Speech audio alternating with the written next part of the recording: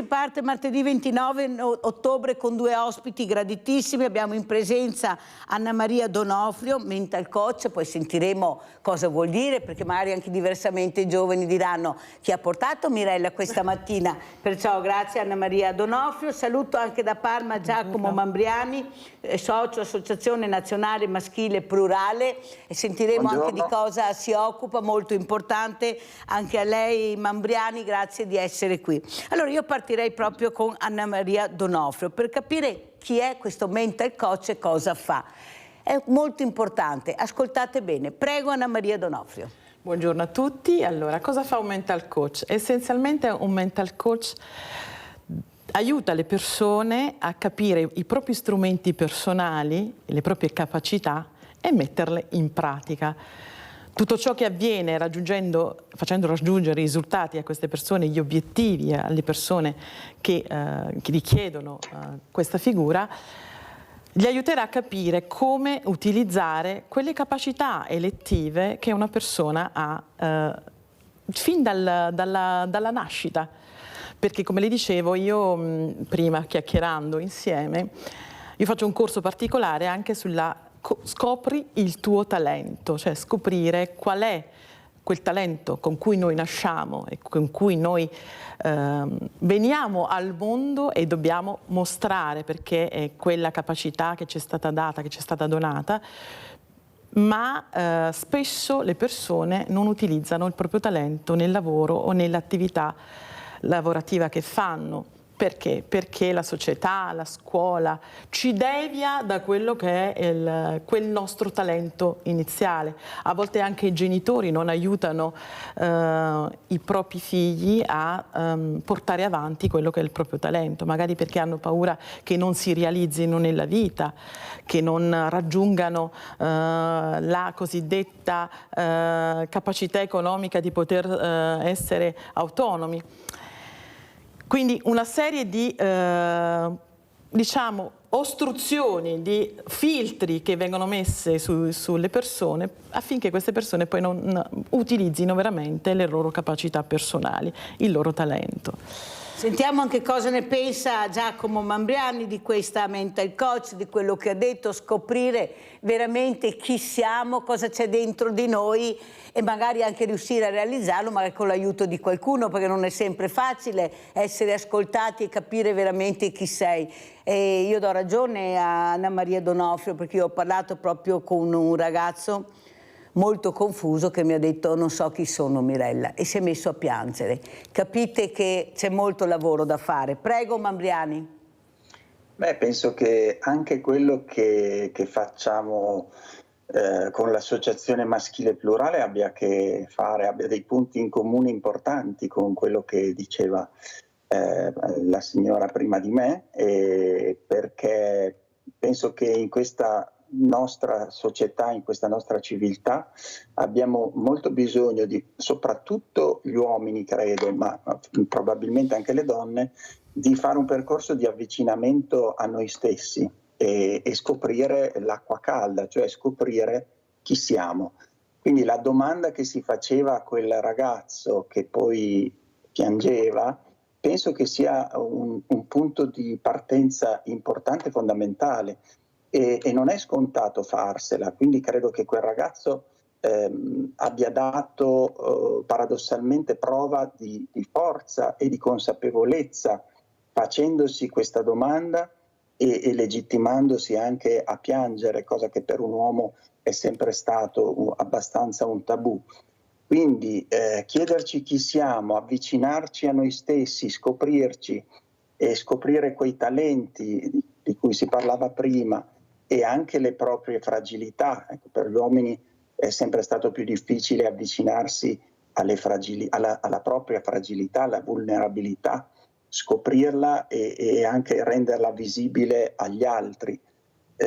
Si tratta probabilmente di scoprire una nuova idea di forza maschile, ma diciamo più in generale umana, che è quella che sa stare accanto alla vulnerabilità e alla fragilità e a metterla nel gioco delle relazioni.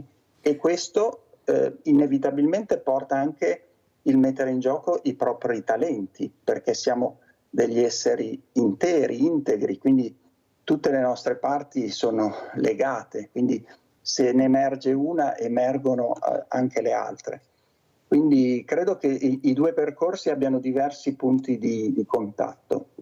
Allora, Mambriani, lei si occupa di promuovere una cultura che superi il patriarcato e una società liberata dal maschilismo e dal sessismo.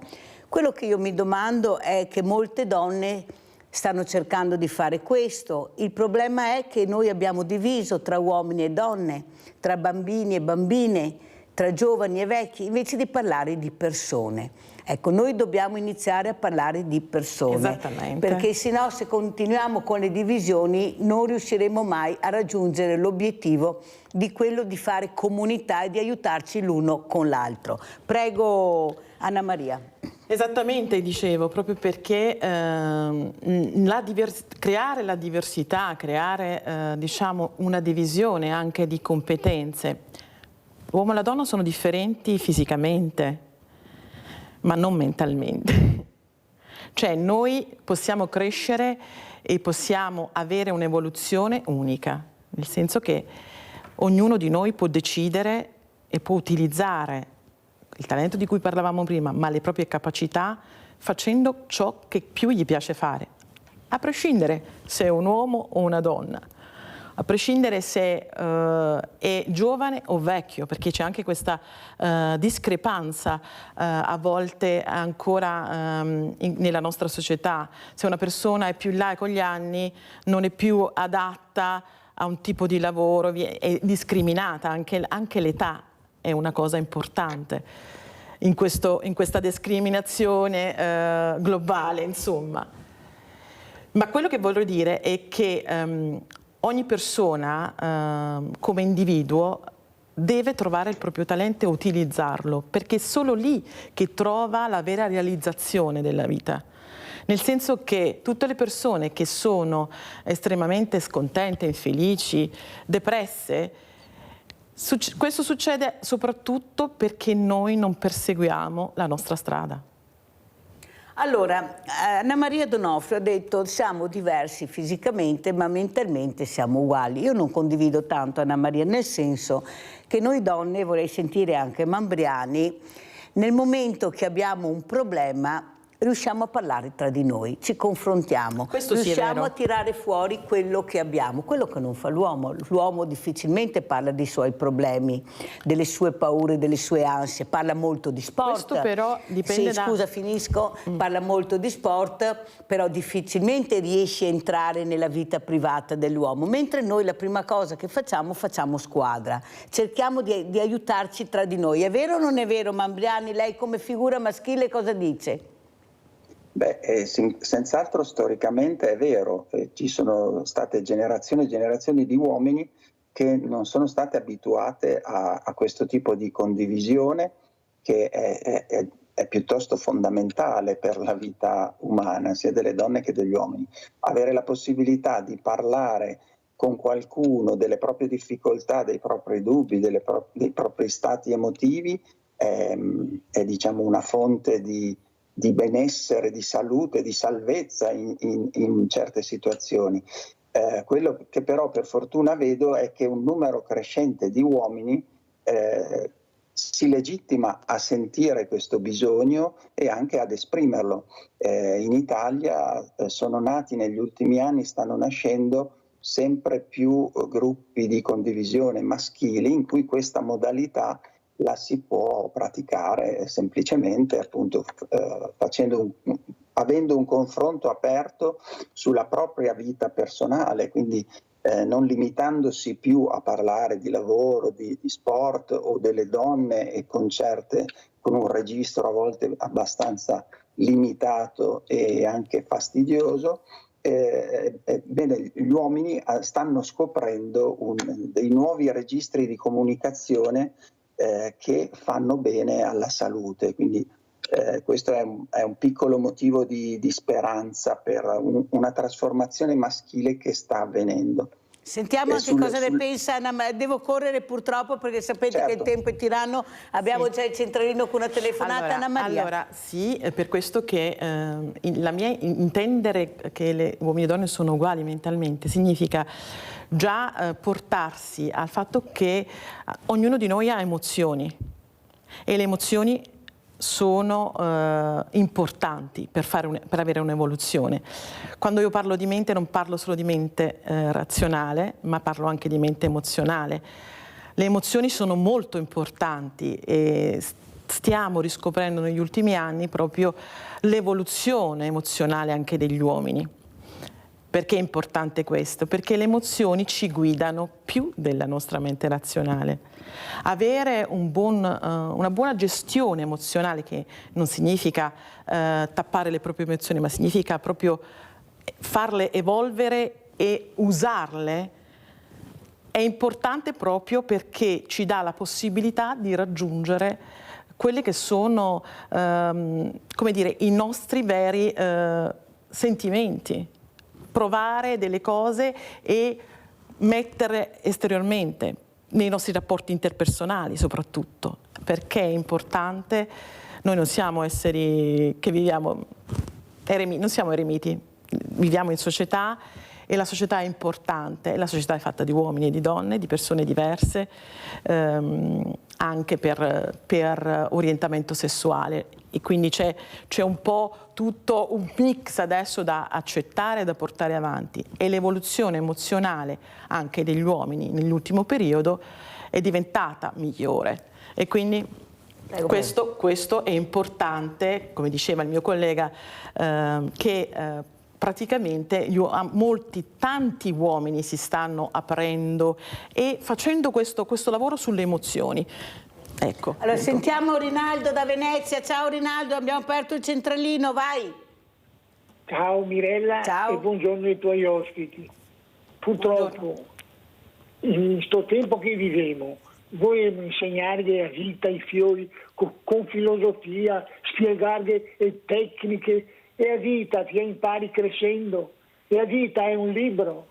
E un libro ti fa un capitolo più avanti che ti va e più robe ti impari, e le robe che ti impari da solo. Non occorre parlare forbito ai fiori, i fiori imparano sulla strada crescendo e fare tutte le esperienze che poi accumula e dopo sceglie la strada, l'emozione.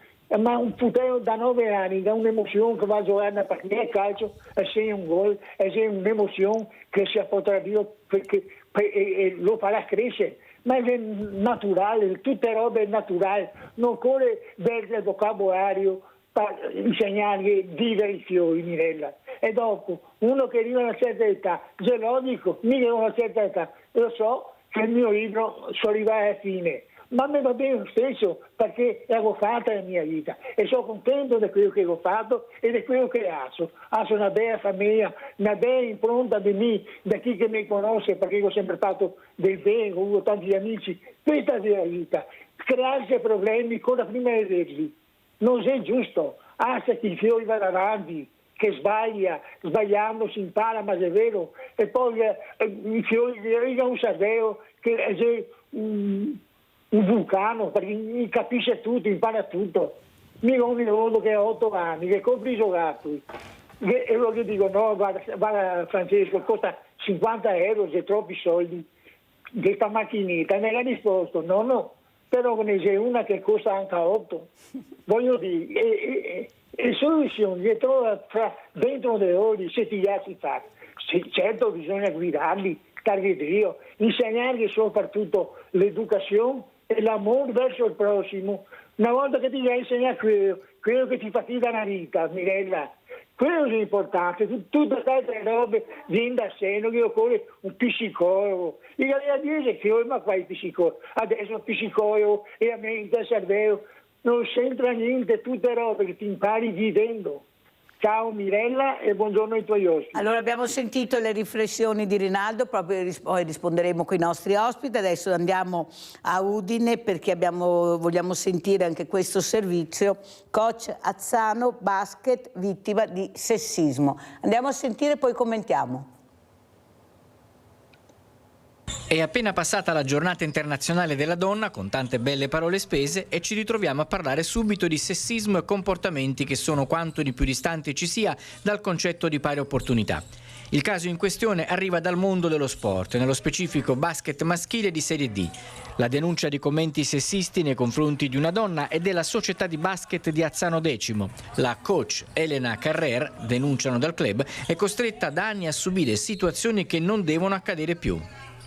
L'episodio, che assume contorni della goccia che ha fatto traboccare il vaso, sarebbe accaduto a Portogruaro domenica scorsa, quando al termine della partita, al momento dei saluti, secondo il racconto dei dirigenti, la coach è stata insultata pesantemente da un avversario. Dopo la presa di posizione della società, Eleonora si è decisa ad uscire allo scoperto a sua volta, inviando una lettera alla Giornata Tipo, tra i profili social più attenti e seguiti del mondo della palla a spicchi. Da tempo sto lottando con le unghie e con i denti per essere accettata al pari degli altri, si legge nella lettera. Sono l'unico coach donna del Friuli Venezia Giulia e qualche volta ho ceduto, piangendo in auto mentre tornavo a casa dopo una partita, chiedendomi se ne valesse la pena davvero. La lettera alla Giornata Tipo si chiude con l'auspicio che il mondo del basket inizi a liberarsi di tutte quelle persone con questa visione della donna come persona da schernire, deridere, sottovalutare e denigrare.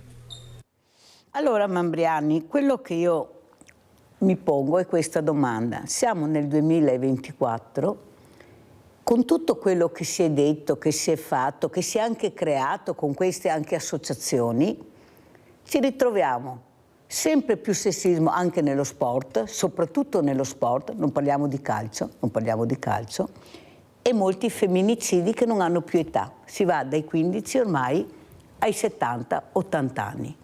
Allora c'è qualcosa che non mi torna, o abbiamo sbagliato tutto o c'è qualcuno che ancora continua a non ascoltare, a non cercare di capire quello che lei Mambriani ha cercato di spiegare questa mattina, che bisogna fare un passo avanti ma anche un passo a lato. Il problema è che ci sono queste persone che non ascoltano ed è qua che dobbiamo andare a capire cosa c'è che non va allora, qual è il problema. Io sono convinto che c'è una solitudine, che non ci immaginiamo neppure. Una volta c'era molta povertà, c'era la miseria, ma a mio avviso c'era meno solitudine. Certo. C'era qualcuno, c'era il cortile, c'era il vicino. Adesso case meravigliose, ma non ci si conosce neppure uno dall'altro. Giardini meravigliosi, recintati, mura, cancelli, vuoti, deserti, non vedi anima viva in giro. C'è la solitudine e poi l'aiuto alla persona che dovrebbe essere dato, specialmente nelle fragilità, e non c'è. Capisce che poi uno dice a questo punto cosa faccio? E scoppia la rabbia, si ribella. E allora cosa si può fare più di così? Perché non si può dire che non abbiamo gli aiuti, è che non li sappiamo trovare perché nessuno ce li dice, sono lontani, abbiamo troppi numeri di telefono e poche persone che ascoltano a mio avviso. Prego Mambriani.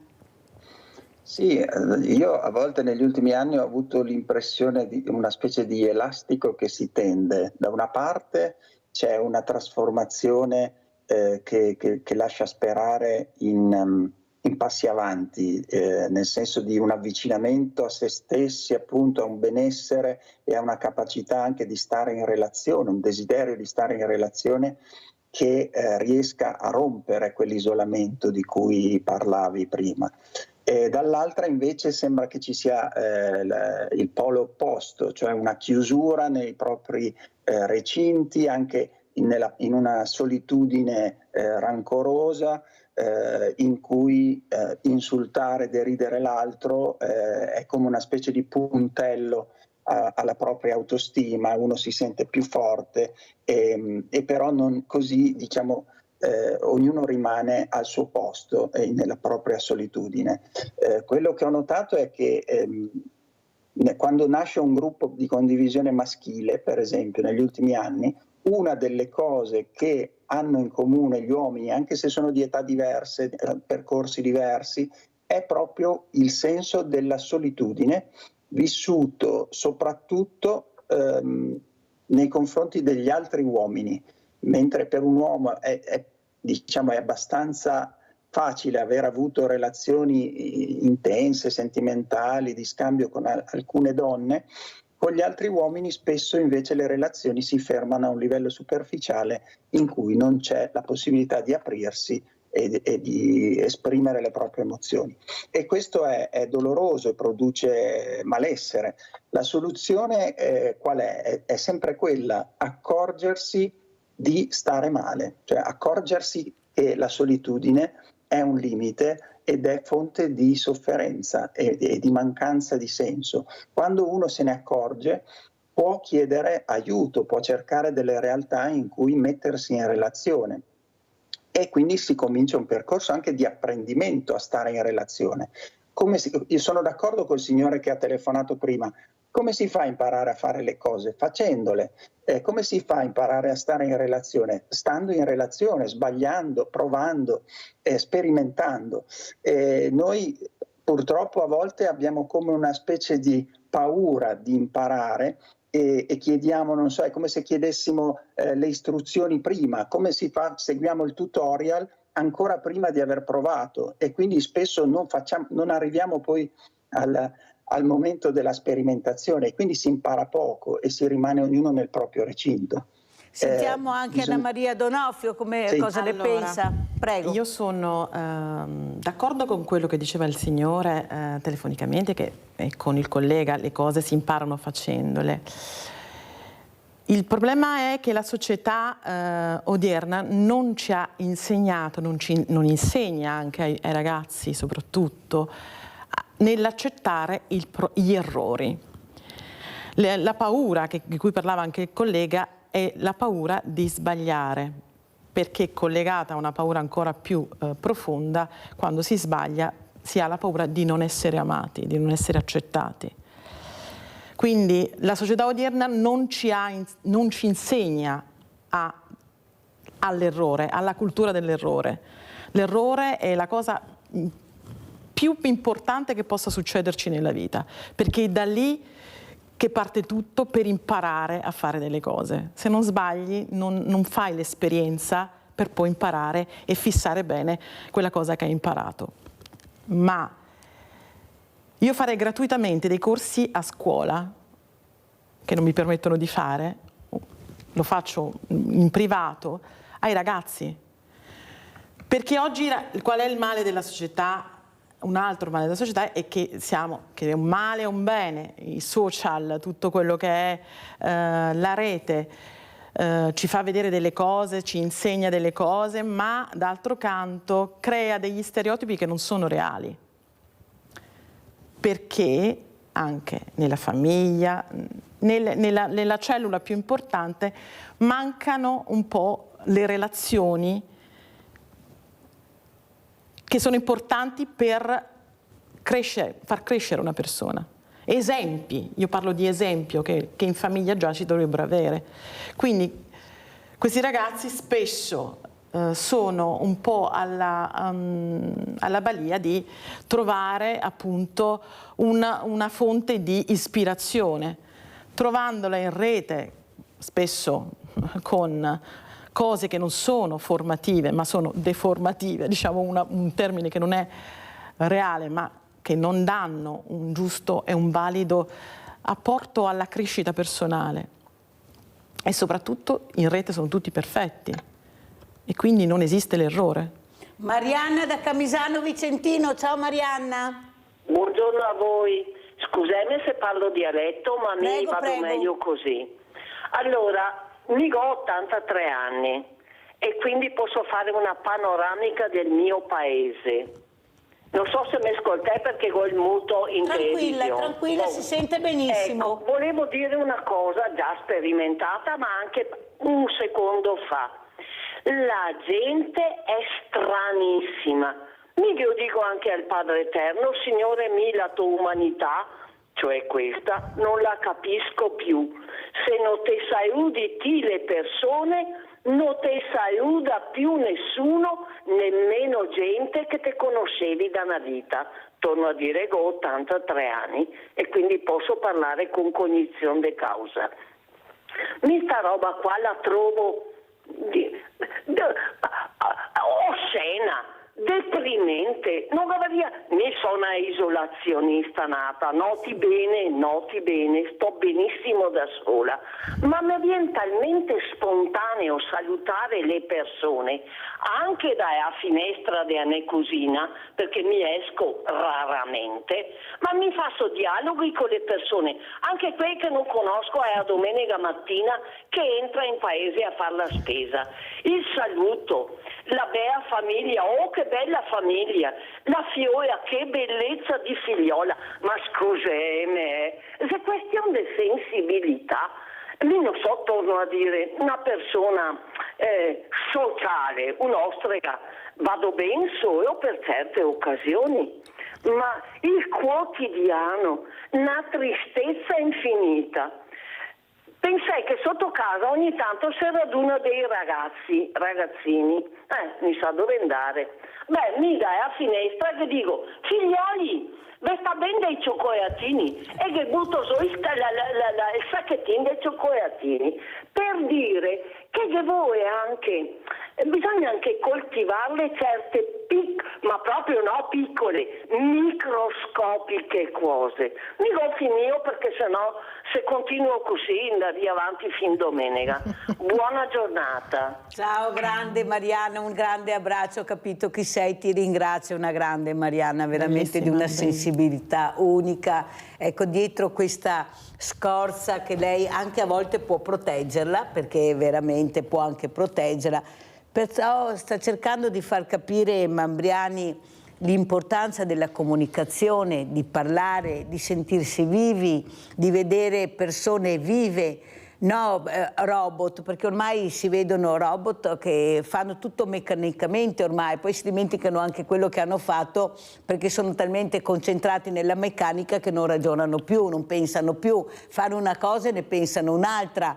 Però quello che dice Marianna è vero, cioè siamo sempre più chiusi, io dico sempre Mambriani che abbiamo il profondo nord anche qua, ci sarà anche il profondo sud ma c'è anche il profondo nord, certo. Come ripeto molto chiusi, si fa fatica a socializzare, ma soprattutto lei è ottimista, io sono pessimista invece, perché vai dal barbiere e si senti parlare gli uomini solo di sport, della partita che hanno visto il giorno prima, vai dalla parrucchiera e senti mille cose, un mondo, si apre dal parrucchiere, si apre un mondo, dall'estetista, dal parrucchiere, perché noi donne, noi questa figura, noi parliamo, abbiamo il coraggio di raccontare anche delle cose private, perché sappiamo che forse qualcuno ci sta ascoltando e magari ha provato anche le stesse cose, c'è un modo diverso di appropriarci. Io ho avuto l'altra settimana ospite un uomo sopravvissuto all'abuso che ha detto: per voi è facile denunciare lo stupro, l'abuso, per noi è molto difficile. È difficile anche arrivare alle forze dell'ordine, è difficile quello che abbiamo subito come uomini. Cosa ne pensa di questo sopravvissuto che ha detto parliamone di questa cosa perché per noi è una fatica immane? Prego.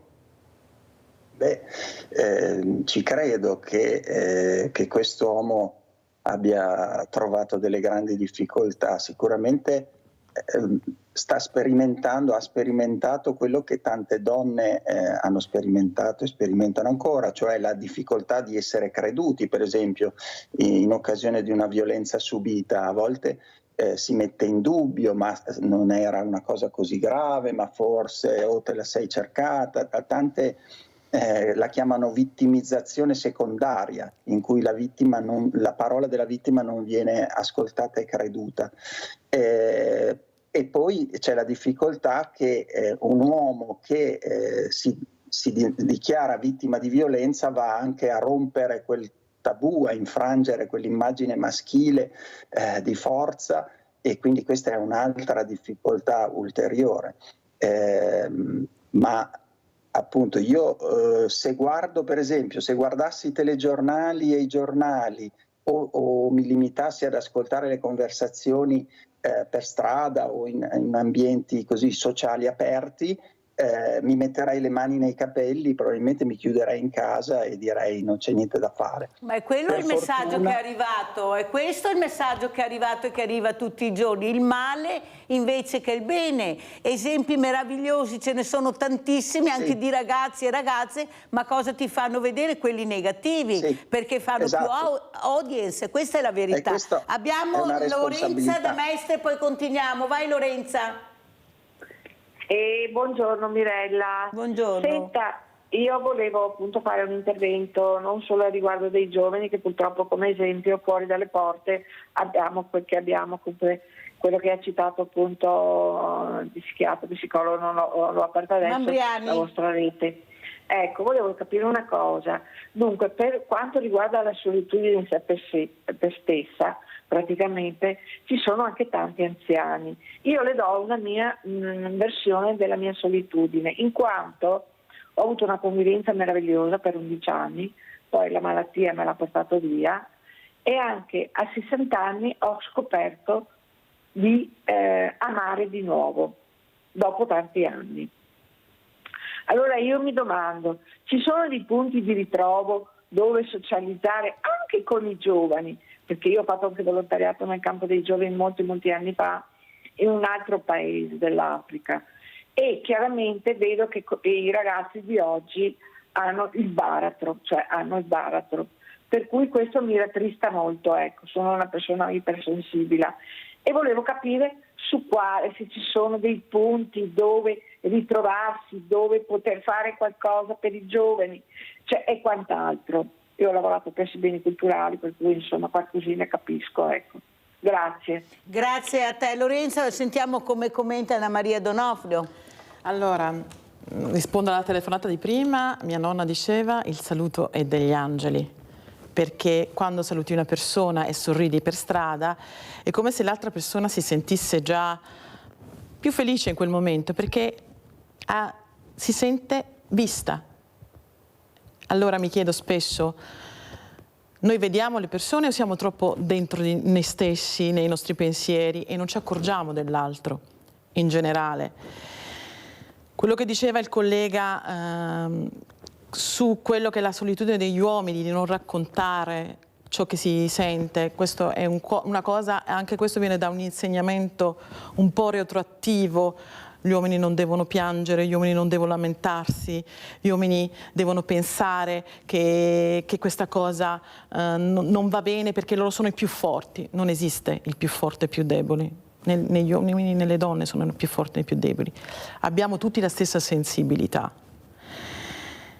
E vanno aiutate tutte le persone. Io sto creando associazioni per le donne su cui sono insieme ad altre donne a cui diamo dei servizi alle donne, ma a questo punto il collega si occupa di uomini, ma il problema è che le persone sono persone. Mambriani, non sarebbe male metterci insieme a Anna Maria Donofrio, uomini e donne, per arrivare alle persone, di parlarsi tra persone, di trovare assieme quel gancio che manca. Gancio emotivo, emozionale. Perché manca, non c'è niente da fare, manca, basta vedere i femminicidi che abbiamo tutti i giorni, una cosa spaventosa. Pubblicità.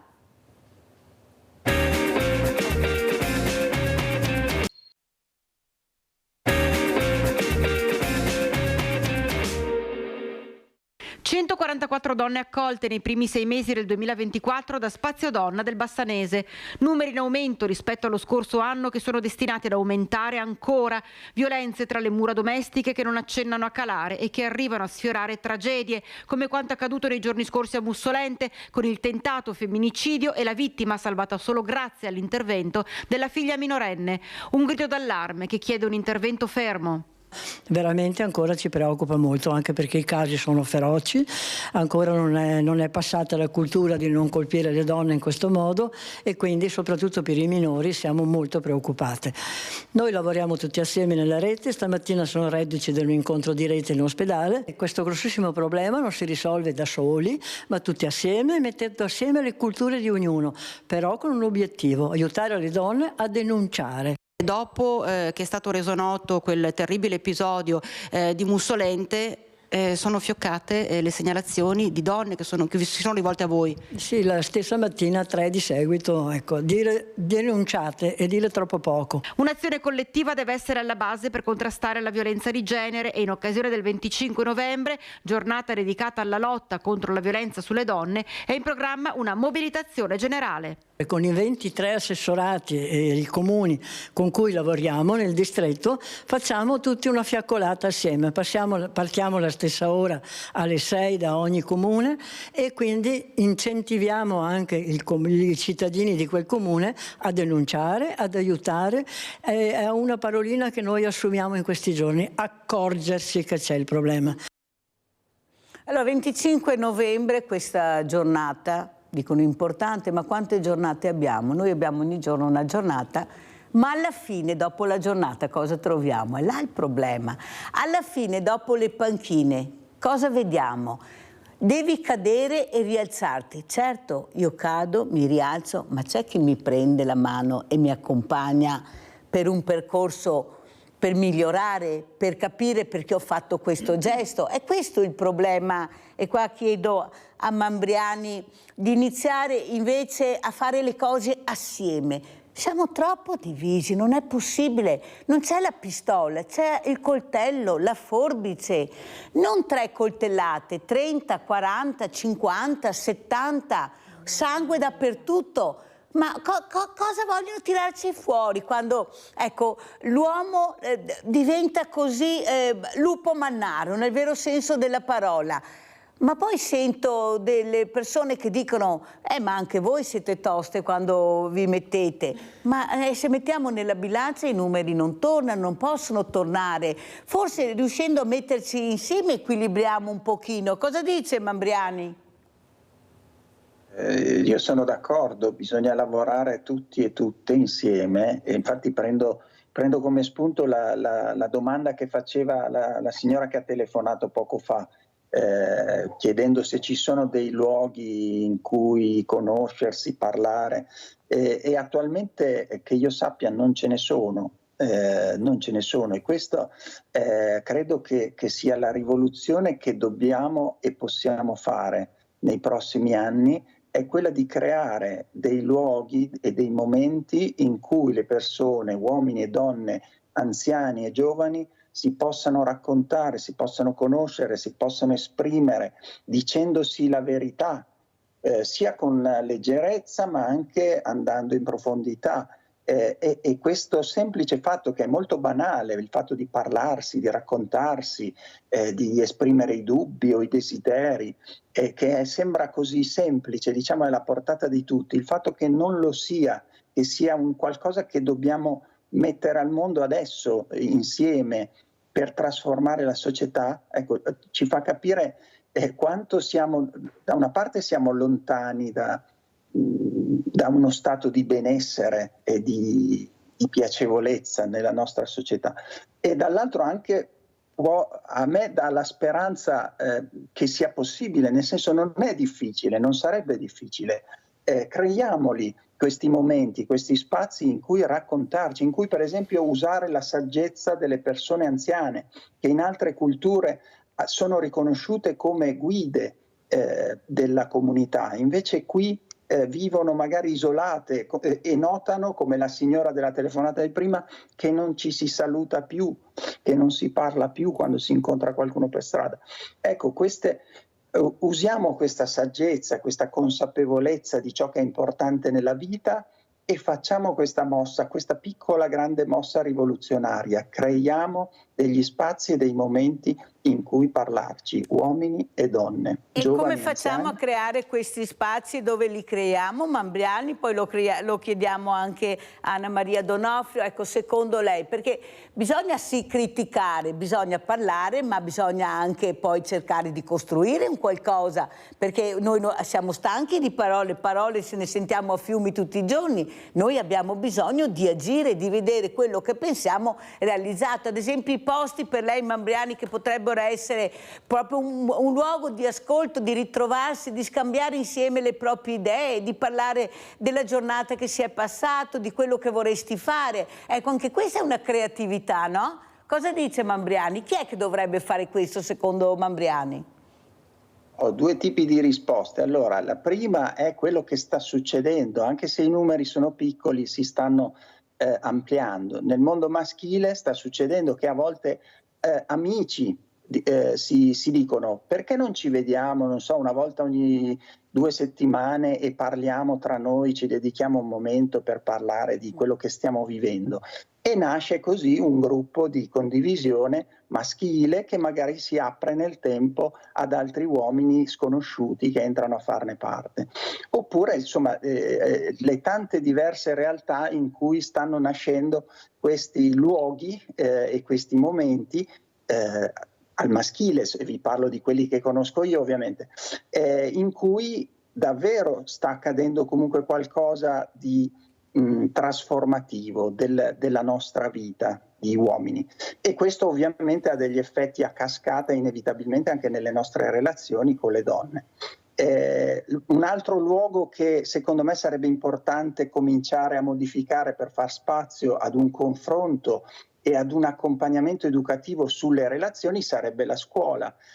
La scuola di oggi però, come diceva la collega che fa fatica ad entrarci e a fare dei percorsi anche gratuitamente, non è facile affrontare questo basilare tema delle relazioni, di come stiamo nelle relazioni, come le viviamo, come impariamo a risolvere i conflitti in un modo non distruttivo. Vogliamo parlare di una una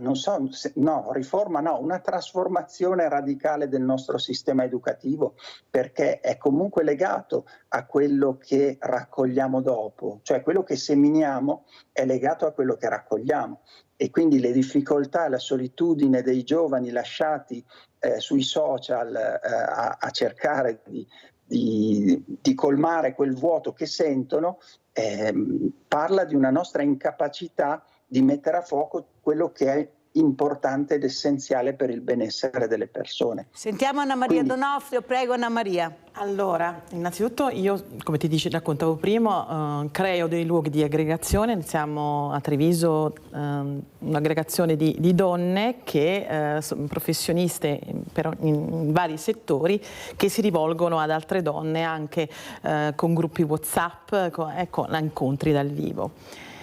Un'altra cosa che ho fatto dei corsi gratuiti nella scorsa estate, invitando tutte le persone gratuitamente in un luogo dove mi è stato offerto dello spazio, dove poter fare dei corsi, uomini, donne, bambini e anche anziani, dove c'erano questi corsi, dove c'era un qualcosa, dei consigli su cui le persone potevano parlare, riflettere, soprattutto sull'autostima, su quello che è la nostra crescita personale.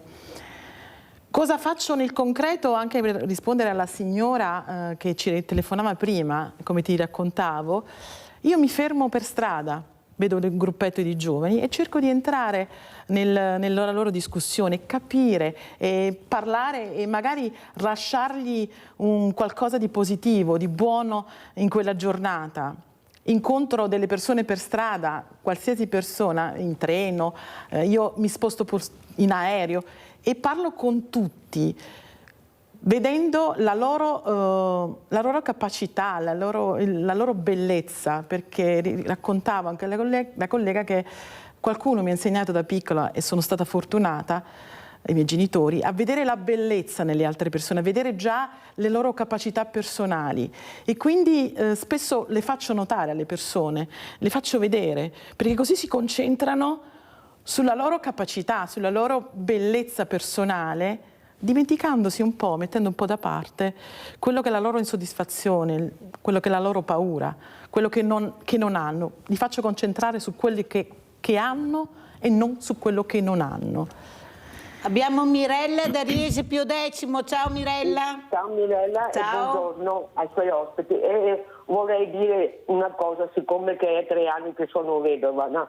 Adesso 2 volte a settimana io vado in cimitero e purtroppo quando vado dei giorni non c'è nessuno, però ho fatto conoscenza con delle persone e quando le davano torno là ci siamo conosciute che sia uomini o donne, e parliamo un po' di tutto, e così è bello, parliamo un po' di tutto, perché se no le vedi piangere là davanti ai suoi parenti, invece così ci diciamo un po' di cose della famiglia, di questo, di quello, se no ci sarebbe proprio una disperazione qua, perché a nessuno ci saluta, nessuno parlano, niente di niente.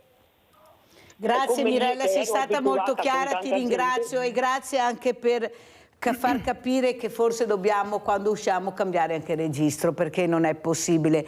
Noi etichettiamo le fragilità, le vediamo come persone anche da evitare. Io mi ricordo quando ho dato il microfono a quel ragazzo diversamente agile, come li chiamo io, che ha detto: quando mi trovate per strada salutatemi, abbracciatemi, perché è quello che io voglio. Ecco, voglio il vostro saluto. Questa la dice lunga Mambriani su quello che è la persona ecco, diversamente agile, che avrebbe piacere di un saluto, non di essere etichettata, che è diverso questo. Forse tutti quanti noi dobbiamo cambiare, non è possibile che manchi il rispetto della persona, è questo che manca, il rispetto della persona, perché non ce l'abbiamo per noi stessi, quello è il problema grande. Se iniziassimo ad averlo per noi stessi, quando usciamo da casa forse l'avremo anche per gli altri. Prego Mambriani, e dopo come ci saluta, prego. Sì, sono d'accordo. Credo che la rivoluzione inizi partendo da se stessi, rivoluzionando, cambiando profondamente il nostro sguardo, il nostro rapporto con noi stessi e quindi con gli altri. Purtroppo, come diceva la collega, uno dei problemi più diffusi in questa civiltà è la mancanza di autostima, la mancanza di rispetto di sé, il non vedere, il non valorizzare i propri talenti. E questo è una difficoltà per cui c'è un grande bisogno educativo, e quello che fa la collega quotidianamente anche per strada e che tutti possiamo fare è quello di, consapevoli dei nostri talenti e anche delle nostre vulnerabilità, guardare agli altri con lo sguardo di chi riconosce la persona, riconosce i suoi bisogni profondi, riconosce i suoi talenti e attraverso il nostro sguardo restituire, soprattutto ai giovani, perché sono quelli che ne hanno forse più bisogno, restituire ai giovani uno sguardo che li apprezza, che sa vedere le potenzialità e sa vedere la loro bellezza. Ecco, questa cosa a volte nella scuola di oggi circola poco, cioè valorizziamo poco la bellezza e anche la saggezza innata che hanno i bambini e i ragazzi, e quindi riconosciamoli, riconosciamoci e mettiamoci insieme i nostri talenti e le nostre vulnerabilità e cerchiamo di costruire un qualcosa che sia più a nostra misura. Grazie Mambriani, sentiamo come ci saluta Anna Maria Donofrio e cosa aggiunge a quello che ha detto Mambriani. Poi se volete vi faccio scambiare i vostri numeri, che così può essere anche da qua un inizio di una nuova storia, di nuovi incontri per migliorare la qualità della vita di tutti noi, delle persone. Questo è importante, parlare di persone. Prego Anna Maria. Sicuramente ti lascerò tutti i miei contatti per tutte le persone che vogliono... li ho già, non c'è problema. Vogliono contattarmi e sono a disposizione per dare una mano a tutte le persone che in questo momento hanno bisogno di sentirsi stimate, di voler avere una crescita per andare verso gli altri, perché è questo che fa la differenza. Come ti dicevo e come dice il nostro collega, cambiamo. Madre Teresa di Calcutta diceva una cosa importante: noi siamo la famosa goccia nel mare, cominciamo da noi stessi. Se possiamo dare e fare qualcosa per le persone che incontriamo ogni giorno, anche qui fuori, dopo, facciamola, perché non costa nulla, un sorriso non costa niente. E questo lo diceva un altro santo famoso, però... Fortunato quello che ce l'ha innato, ma quello che non ce l'ha cerchiamo di tirarglielo fuori il tuo sorriso, perché sennò diventa un problema. Però se sorridi per primo, l'altro non farà tanto fatica a sorriderti. E quindi andiamo appunto nel mondo a portare la lieta novella, ma soprattutto diamo fiducia a tutte le persone, perché ognuno di noi ha bisogno di essere visto, essere riconosciuto, ecco. E questo è quello che mi sento di dire in questo momento, e questo è quello che voglio fare nella mia vita, è la mia missione di vita, aiutare le persone ad essere felici. Perché questo è il fondamento per essere delle persone sane e vivere sane in società. Grazie Anna Maria D'Onofrio, mental coach, grazie a Giacomo Mambriani, socio Associazione Nazionale Maschile Plurale, che si occupa di promuovere una cultura che superi il patriarcato e una società liberata dal maschilismo e dal sessismo. Grazie, pubblicità.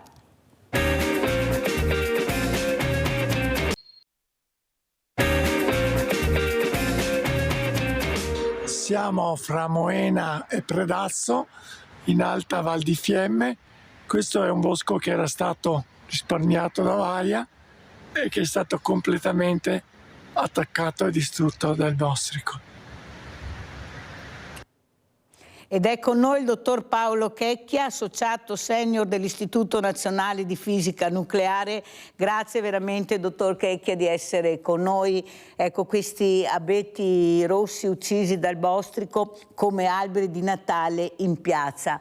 È una provocazione, visto che sentiamo parlare di tanta plastica, di alberi di Natale finti, ma la meraviglia di un albero di Natale vero. Si può ancora fare? Cosa sta succedendo e che numeri abbiamo? Prego, dottor Checchia. Intanto vi ringrazio per avermi invitato, ma mi è doveroso fare una premessa. Intanto sono qui a titolo totalmente personale. Lei ha citato, diciamo, la mia funzione di lavoro, non c'entra nulla. Io non rappresento certamente l'Istituto Nazionale di Fisica Nucleare adesso, ma non rappresento neanche le associazioni di montagna, per esempio il CAI al quale sono iscritto, quindi io parlo totalmente a livello personale. Prima precisazione. La seconda è che io sono totalmente incompetente dal punto di vista scientifico per quello che riguarda sia il coleottero che sta attaccando i boschi che i problemi di gestione forestale. Mi pare doveroso fare questa precisazione. Io sono però un amante della montagna, sono stato colpito come molti altri amanti della montagna dalla visione di quello che sono diventati i boschi dopo la tempesta Vaia, di cui tra l'altro proprio oggi ricade il 6° anniversario. E poi sono stato ancora più colpito dal fatto che, passata la tempesta, il dramma, diciamo così, la moria degli alberi non è finita, perché è continuata a causa di questo coleottero che li colpisce. Quindi camminando quest'estate per il bosco, sentendo una cosa impressionante, che uno quando passa sotto un albero colpito dal coleottero sente un profumo buonissimo, inebriante, un profumo di abete moltiplicato per 10, diciamo così. Il profumo di per sé è buonissimo, e se uno guarda per terra, invece del solito tappeto di aghi, diciamo così, rosso-marrone morti, vede un tappeto di aghi verdi che sembra quasi un mini prato. Se però uno alza gli occhi si accorge che questo segnale quasi piacevole in realtà è un segnale di morte. L'albero sta morendo e entro poche settimane non avrà più neanche un ago verde, sarà rimasto tutto marrone oppure grigio quando diventa ancora più vecchio. Ecco, passando sotto il bosco, ho detto: ma pensa a te, con tutti questi alberi che purtroppo stanno morendo, per Natale i vari comuni, le piazze d'Italia si abbelliranno degli alberi bellissimi. Io l'abete lo amo terribilmente, saranno addobbati con questi alberi che vengono appositamente tagliati per venire esposti nelle piazze delle città. E la popolazione, anche qua nel nord-est dove il bostrico ha colpito, è quasi inconsapevole. Insomma, qualcuno, chi ama la montagna lo sa, però io ho parlato anche con dei conoscenti, e quando ho pronunciato la parola bostrico mi hanno detto: e cos'è?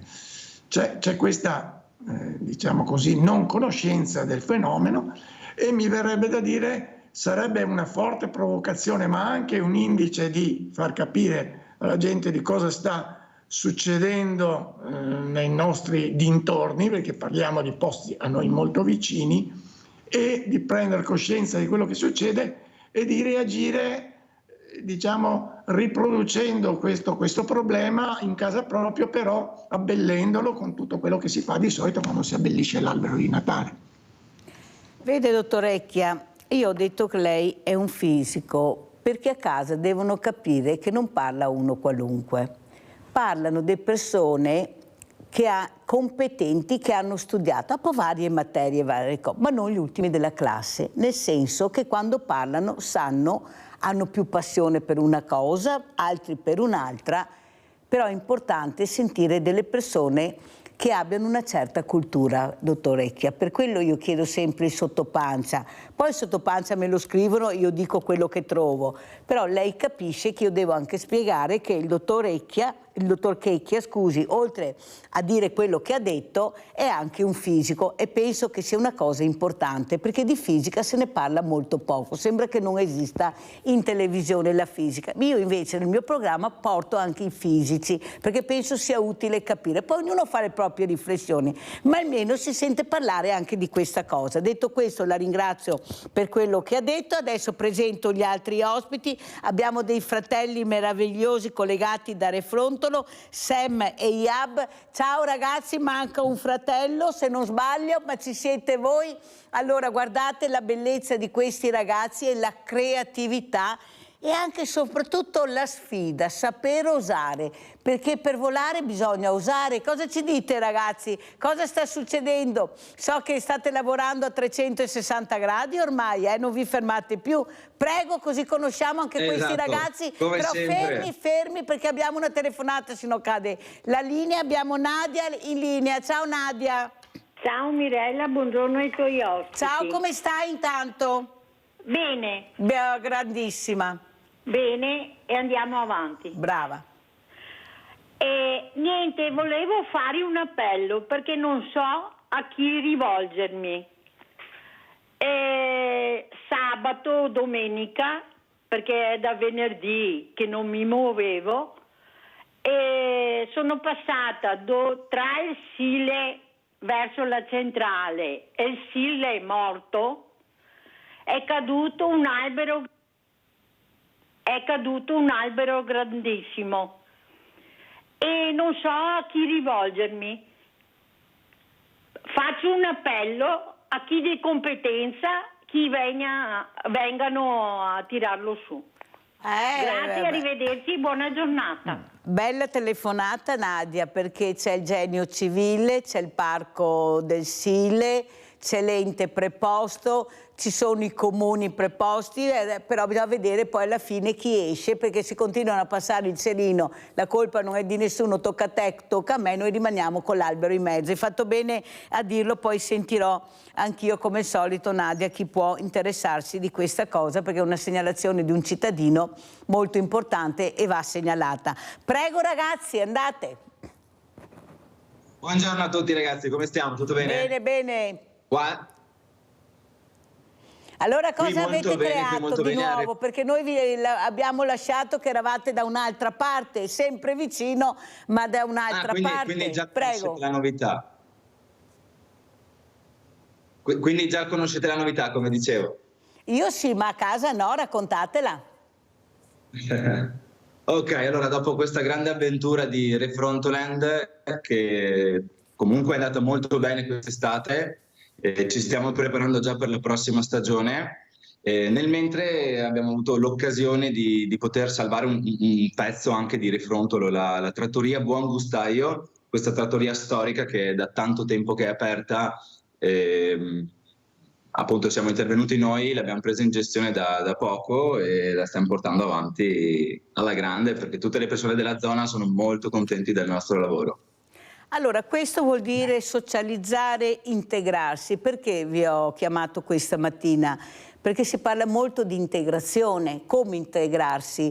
Noi dobbiamo dare anche i messaggi positivi, far vedere che ci sono dei ragazzi che invece stanno facendo questo, che sono ben accetti nel territorio, anzi vengono supportati. Ecco, cosa vuol dire integrarsi? La parola integrazione per voi, 3 fratelli che hanno osato di volare ma sono riusciti a prendere il volo. Prego. Secondo me non serve pensarci troppo, nel senso, se ci pensi troppo non riuscirai mai a superare questa cosa dell'integrazione, di essere magari diverso, di un colore diverso, qualcosa del genere. Non ci devi pensare, devi andare avanti come se fossi e sei una persona normale, e non ti tocca neanche, sinceramente. Poi ovviamente trovi qualche errore, qualche cosa sbagliata, diciamo, durante il percorso, ma se rimani sul tuo focus nulla ti può fermare. E quindi un mio consiglio grandissimo è: non preoccupatevi troppo di quello che si dice in giro, non ascoltate troppo quello che si dice in giro, andate avanti per il vostro obiettivo e se ne siete convinti arriverete, integrazione o no, insomma. Allora, questa mattina abbiamo parlato molto di uomini e di donne, io invece insisto che dobbiamo parlare più di persone. Dobbiamo coinvolgere le persone indipendentemente dal sesso. Forse è anche questo che divide. Siamo sempre divisi su tutto, sul colore della pelle, sulla lingua, sull'integrazione, sulla socializzazione. Alla fine però esce molta solitudine, specialmente i ragazzi. Ragazzi, alcuni che hanno alzato molto l'asticella, ecco, per far capire che ci sono anche loro con gesti veramente riprovevoli.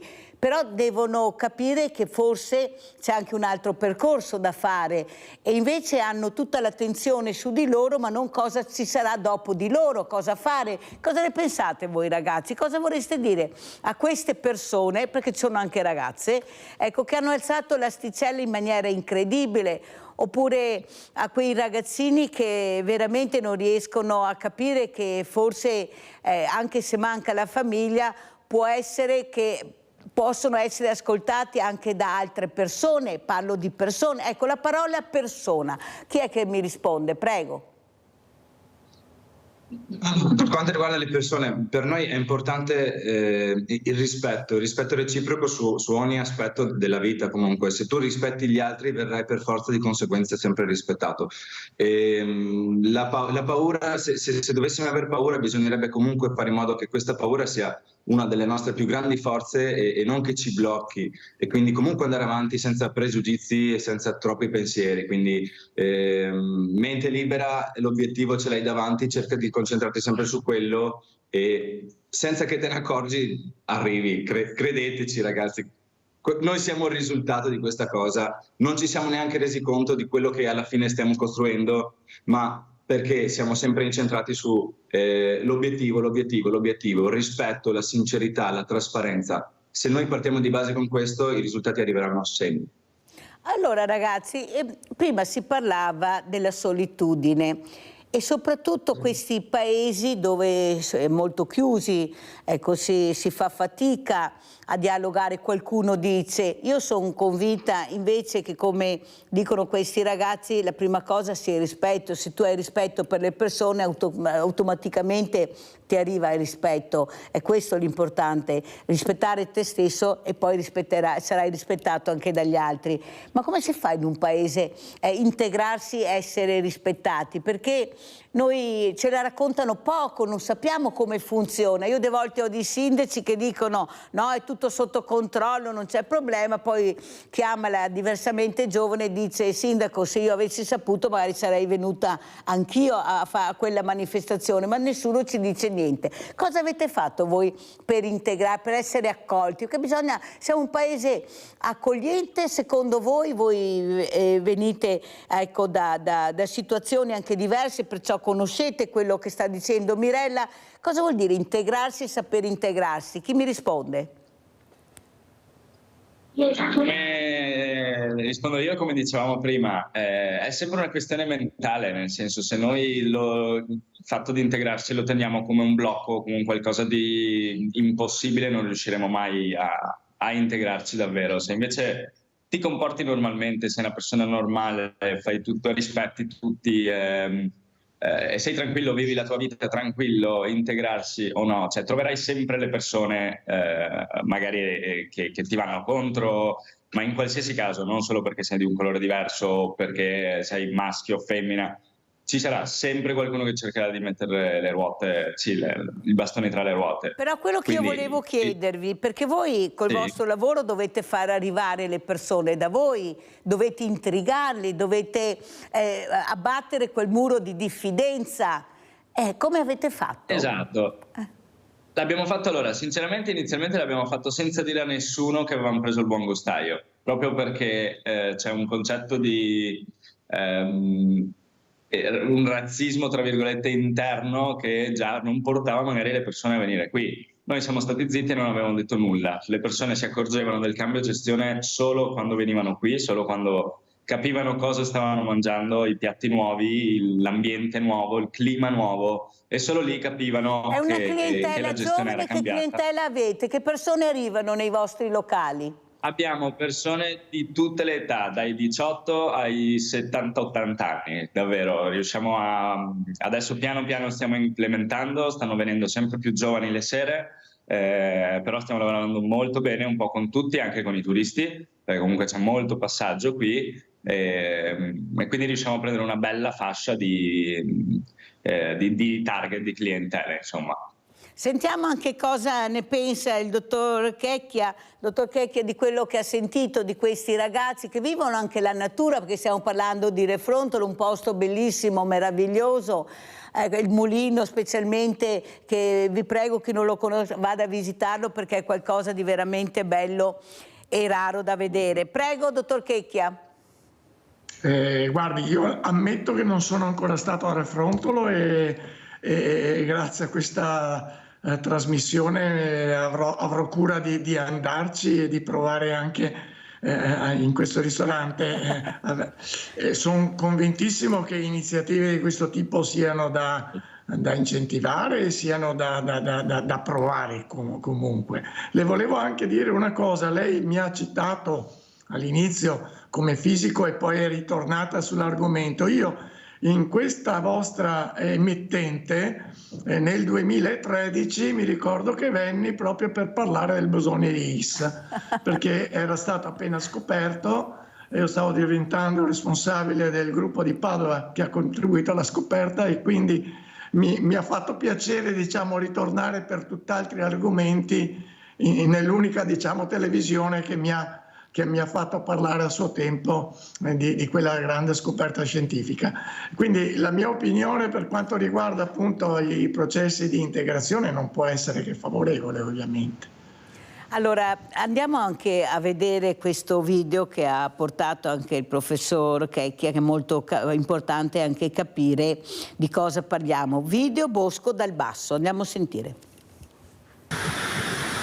Dal basso si fa molta più fatica ad accorgersi che un albero sta morendo ed è morto, perché nel bosco spesso gli abeti hanno già perso gli ultimi rami. Però se uno riesce ad alzare lo sguardo al cielo si accorge che dell'albero è rimasto solo uno scheletro rosso all'inizio e poi marrone. Allora, cosa vuol dire dall'alto al basso, dal basso all'alto? Questa meraviglia di alberi, però qualcuno ancora, dottor Checchia, fa fatica a capire il rispetto e il valore dell'albero, di questa meraviglia che ci dà la natura. Noi continuiamo a vedere situazioni dove vengono tagliati degli alberi maestosi, meravigliosi e non si sa quale obiettivo raggiungere. Alla fine io penso sempre se sia la parola business. Ecco, il business fa perdere quello che è il controllo e il rispetto dell'ambiente. Cosa dice, dottor Checchia? Beh, guardi, io, allora, ritornando al discorso di prima sul fatto che l'albero uno lo vede dal basso, è semplicemente una constatazione che quando uno è dentro in un bosco, diciamo, fa fatica a capire se si trova sotto un albero maestoso che magari la parte finale, la chioma, è ancora ben viva, oppure un albero che è stato attaccato, proprio perché la parte bassa dell'albero, spesso e volentieri all'interno del bosco ha perso già gli aghi. Ma diciamo, io fra l'altro in quel piccolo video ho parlato di scheletro, che è una parola che non ha senso usare per una pianta, ma diciamo è una parola comune che rende l'idea della pianta, diciamo, non più viva.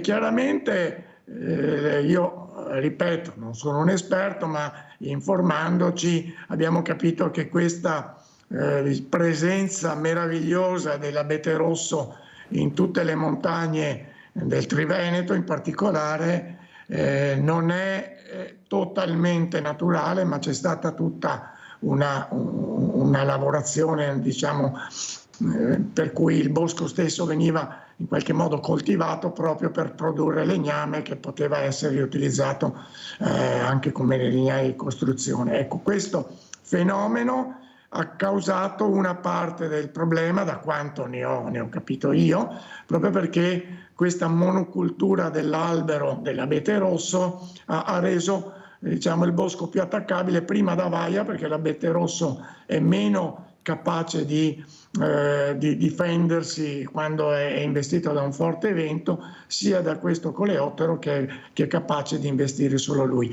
Questo fenomeno, questi due fenomeni, non c'è niente da fare, dobbiamo renderci conto che sono legati ai cambiamenti climatici, perché sia l'energia che ha portato Vaia a compiere questo disastro, che a memoria d'uomo, almeno dalle nostre parti, ma non solo d'uomo, non si era mai verificata, e il conseguente sviluppo del coleottero che ha attaccato gli alberi che erano rimasti in piedi, anche questa è favorita dall'aumento delle temperature. Quindi purtroppo si legge da parte di molti esperti che l'abete rosso, sotto una certa quota, proprio per questo aumento delle temperature, rischia di diventare una pianta condannata all'attacco di questi agenti. E chiaramente il business della coltivazione del bosco è parte del problema, ma nello stesso tempo questi problemi complessi non possiamo dar la colpa al business. Gli alberi e i boschi ci sono da centinaia di anni, quindi non è certo un fenomeno di oggi, né possiamo oggi dire che, semmai oggi potremmo preoccuparci dell'effetto che questa doppia moria di alberi può provocare a quella parte economica che dal taglio del bosco traeva un profitto e creava posti di lavoro. Quindi diciamo, è chiaro che questi due eventi, oltre all'aspetto ambientale ed estetico, possono anche arrecare dei problemi economici, però diciamo la cosa nel suo insieme va vista nel suo insieme, e non si può dire che questo è un problema che è nato esclusivamente da un tipo di sfruttamento economico. Il problema è molto complesso, ripeto, io non sono la persona più adatta per parlarne, ma l'importante è rendersi conto che il problema è esistito ed esiste purtroppo tuttora. Allora, il dibattito, se dal punto di vista ecologico sia più sostenibile usare gli alberi veri tagliati ad hoc o quelli di plastica, questione non secondaria. In realtà, visto che secondo la Coldiretti, che avrò ospite fra pochi giorni, ogni anno in Italia nel periodo natalizio vengono venduti in media 13,5 milioni di alberi veri, di cui circa 3,6 milioni di abeti, coltivati soprattutto in Veneto e in Toscana. La concorrenza dell'albero sintetico è però crescente e ormai è spugnato oltre una casa su due. Ragazzi, cosa ne pensate voi? Rispetto per la natura, voi vivete in mezzo alla natura, vivete nei boschi, questi alberi meravigliosi, questi boschi che voi avete la fortuna di avere quando uscite di casa, a 2 passi da casa. Cosa ne pensate delle parole che ha detto il dottor Checchia? Chi mi risponde? Sono davvero molto d'accordo con il signore. C'è da dire che noi sì, effettivamente lavoriamo in un parco grandissimo, quindi per noi il rispetto della natura è di principio la base di tutto, come la natura anche gli animali stessi, perché diciamocelo, stiamo davvero prendendo troppo dalla natura e stiamo anche vedendo i risultati, cioè stiamo vedendo i risultati anche climatici, quindi io direi svegliamoci, perché magari adesso riusciamo a fare qualcosa, magari adesso riusciamo a recuperare, però poi sarà troppo tardi. Se continuiamo così sarà poi troppo tardi. Perché non ci piantiamo un pino o quello che è in tutte le case e da adesso all'anno prossimo l'albero di Natale ce l'abbiamo tutti a casa senza doverne o tagliare altri? Un'idea, cioè, è una cosa semplice, però penso che le soluzioni ce ne siano, insomma. Basterebbe collaborare e avere lo stesso obiettivo finale. Finché non si ha lo stesso obiettivo finale è chiaro che ognuno guarda i suoi interessi. O che siano le tasche o semplicemente un albero bello a casa. Anche perché quando tagli un albero non tagli solo l'albero, ma spariscono insetti, animali, uccelli. Ecco, capite che danno ambientale, questo ecosistema che sparisce e che se ne parla pochissimo. Il dottor Checchia dice che non c'è business, io invece dico che c'è molto business ormai su tutto. Qualsiasi cosa purché far business. Purtroppo è così e lo vediamo anche tutti i giorni quando usciamo di casa. Abbiamo Leone da Trebasele, che vai Leone! Ciao Milena, grazie, saluto i tuoi ospiti. Ciao. Allora voglio fare complimenti a questi ragazzi. Ah sì. Sono bravi, che vadano avanti. Io me ne intendo perché ho fatto l'emigrante, cioè so cosa vuol dire straniero. Io penso che non esista il razzismo, penso che è il pregiudizio che è il problema. Perché noi quando vediamo il colore della pelle, l'accento, questo, quell'altro, salta fuori il pregiudizio. Quello è il vero problema. Però uno deve andare avanti, non scrollartelo di dosso.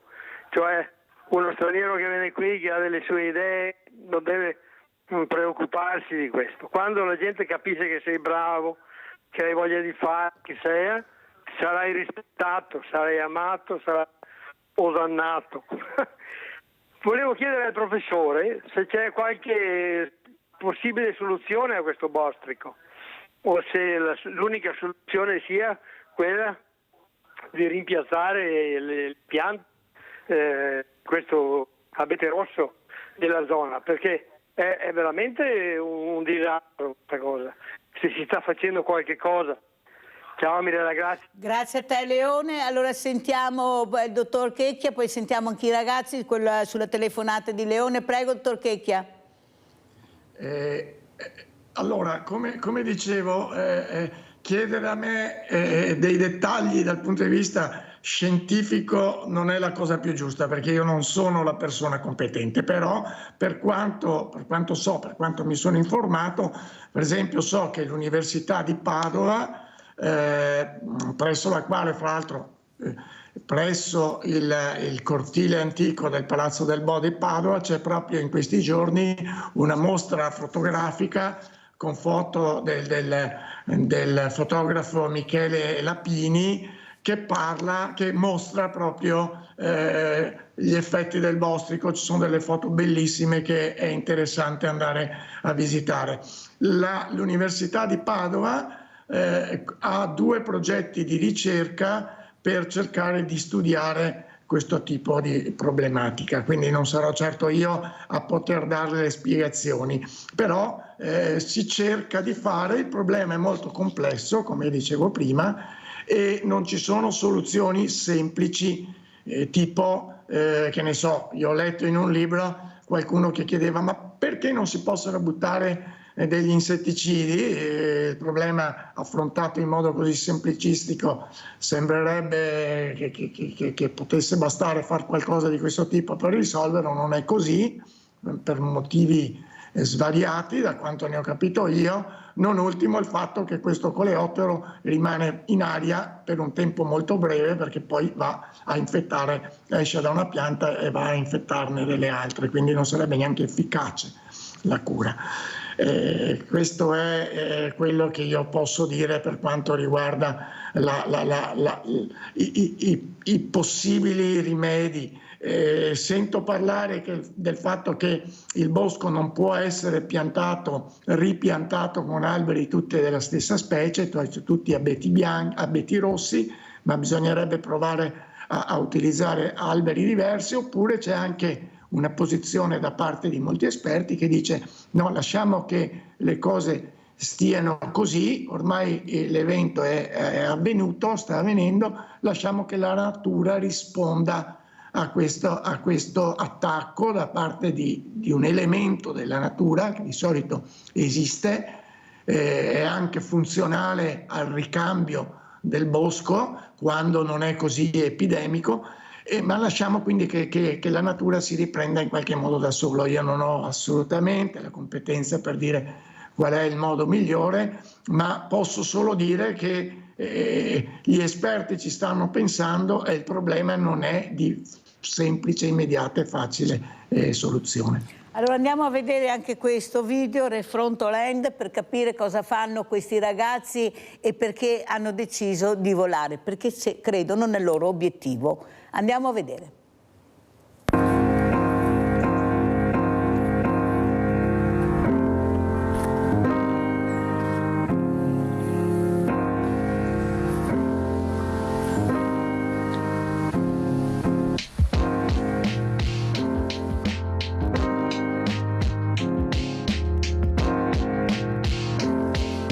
Salve a tutti, io sono Sam, sono il fratello maggiore di questi due ragazzi, lui è Yab e poi a seguire Mazen. Siamo 3 fratelli di origini egiziane, siamo nati qua in Italia e viviamo da sempre in questo paese meraviglioso. Ci siamo avvicinati molto casualmente in realtà, un giorno ero seduto a letto e stavo guardando, sai, il marketplace di Facebook e appunto mi è saltato fuori questo annuncio di questo parco a un buon prezzo, no? Io l'ho condiviso, noi abbiamo un gruppo di WhatsApp tutti e 3 insieme, l'ho condiviso nel gruppo e in realtà senza nessun tipo di idea eccetera abbiamo deciso di andare a vedere così, ma giusto per dare un occhio, giusto per capire.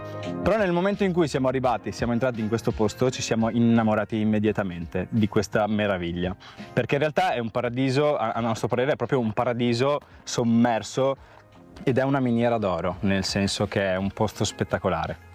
Oltre al ristorante, che sarà qualcosa di comunque molto formale, avremo una zona di svago che gestirà tutta la parte, il chiosco gestirà tutta questa parte di svago, dove ci sarà anche magari un'area picnic con un laghetto e cercheremo di immergere al più possibile le persone nel nostro concetto di ristorazione e svago e natura. Allora, partendo da sopra, dal ristorante, scendendo in giù troviamo prima cosa le 18 buche da minigolf, che a seguire troviamo il chiosco, come ha già presentato mio fratello, con davanti una vastissima area per giochi per bambini, per tutte le età ovviamente. Abbiamo poi 2 campi da calcetto che si possono trasformare eventualmente in campi da tennis.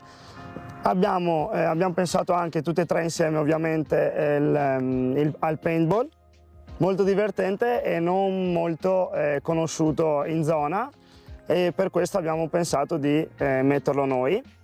Abbiamo anche 2 campetti molto piccoli per magari giocattoli elettronici come macchinine o moto, e abbiamo anche un altro campetto piccolissimo per bambini ovviamente di età molto inferiore.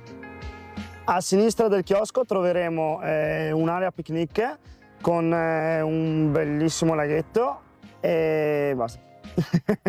Solo questo è. Come ho sempre detto, i problemi ci sono sempre in qualsiasi tipo di settore, ma il nostro punto forte è che siamo appunto 3 fratelli con gli stessi obiettivi, siamo molto uniti e so di poter contare su tutte e 2 come loro possono assolutamente contare su di me, in qualsiasi occasione.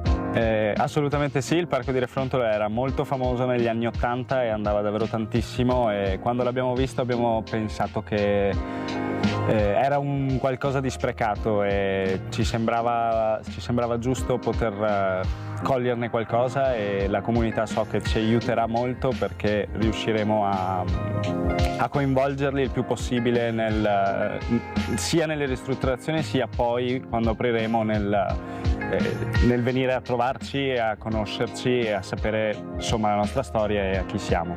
Allora, entrando in questo posto qua abbiamo trovato di tutto e di più, tranne che pulizia e ordine, assolutamente.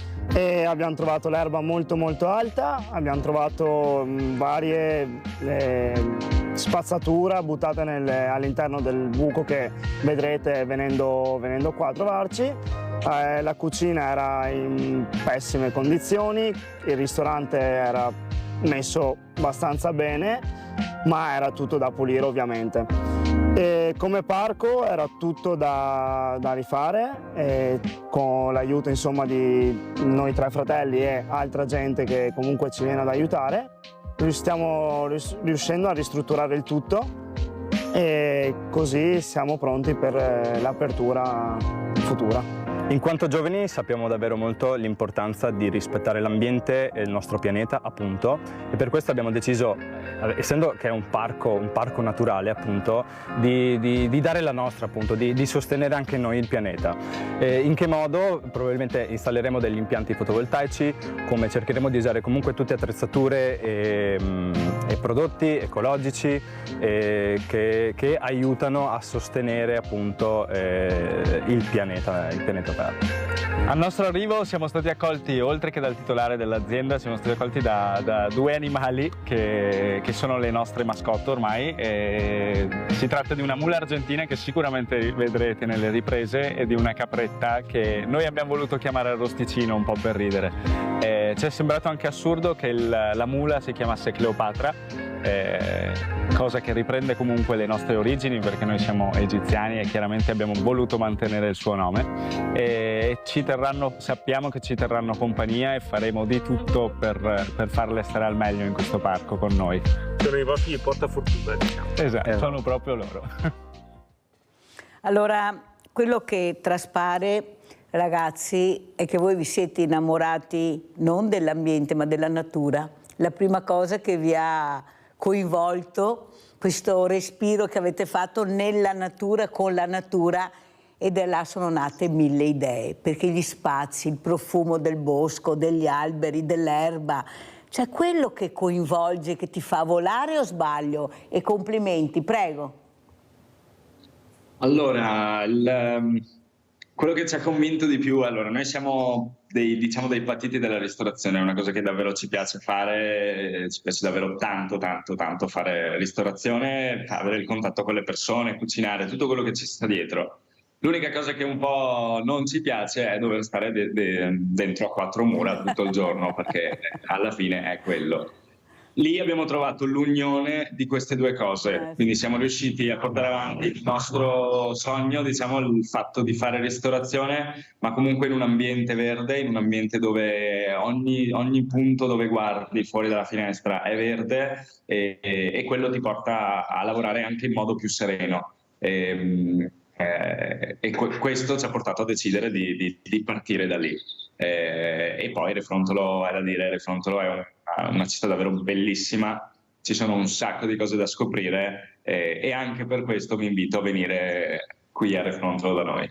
Allora, voi avete detto noi siamo di origine egiziana, come state vedendo, come vivete in questo momento queste guerre terribili che vediamo anche a macchia di leopardo, non solo, che riguardano l'Egitto, la striscia di Gaza, l'Ucraina, di tutto e di più.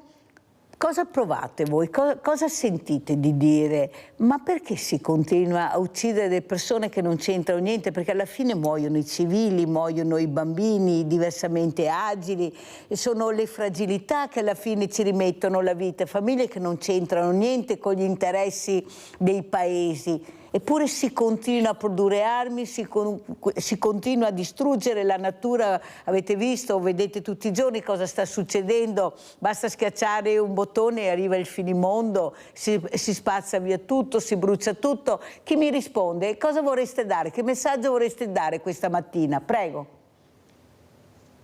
È davvero triste parlare sempre di queste cose. Noi sinceramente, per come siamo fatti, non dico che cerchiamo di evitare di vedere queste notizie, che comunque diciamo che a livello comunicativo vengono fuori sempre queste cose brutte, no? Però per noi la guerra è una cosa basata semplicemente su interessi e su business. Anche in questo caso l'umano è stato bravo a riuscire a creare un business sotto alle morti delle persone. Potremmo stare qui a parlare ore e ore di questo argomento, però non è che non penso di avere neanche tanto tempo. Vorrei dire semplicemente una cosa, che l'unico modo per poter controllare le persone è quello di mettere paura, diffondere invidia e soprattutto divisione. Se noi riuscissimo ad aprire un po' la nostra mentalità, a superare dei nostri pregiudizi, magari un indomani si può pensare di riuscire a coesistere tutti insieme, natura, animali e umani, senza che ci debbano essere queste cose inutili. Per me, non vorrei neanche aggiungere altro, per me sono cose che non devono esserci. Non devono esserci, nel 2024 ancora facciamo guerre. Pure i messaggi che arrivano sono i messaggi che dite voi, sono messaggi che parlano di coinvolgere di più i giovani, di essere positivi, di capirle, perché il futuro siete voi, il futuro non c'è niente da fare, il futuro è nelle vostre mani. Sentiamo cosa dice tuo fratello, prego. Allora, io quando penso alla guerra ovviamente il primo pensiero è la rabbia, perché io credo che la storia sia stata, cioè la storia serva proprio per ricordare e evitare quello che c'è stato in passato. Ma sembra che più andiamo avanti, più regrediamo in queste cose, perché e alla fine penso che tutto, come sempre, giri attorno alla moneta, quindi ai soldi, agli interessi, al potere, a tutte queste cose qui che le persone in alto davvero non notano, tutto quello, magari lo notano ma non gli interessa il male che creano. E quello che posso dire ai giovani è di stare sereni, di vivere la vita al meglio, di cercare di evitare qualsiasi scontro, cercare di capirsi, cercare di collaborare per arrivare a qualcosa di più. Non serve sempre guerra, non serve per niente la guerra, basta parlarsi, basta davvero comunicare nel modo giusto. Sentiamo allora come commenta il dottor Paolo Checchi a queste parole, ecco, questa voglia di far capire al mondo, di rispettare il rispetto, ecco, soprattutto il rispetto. Prego, dottor Checchia.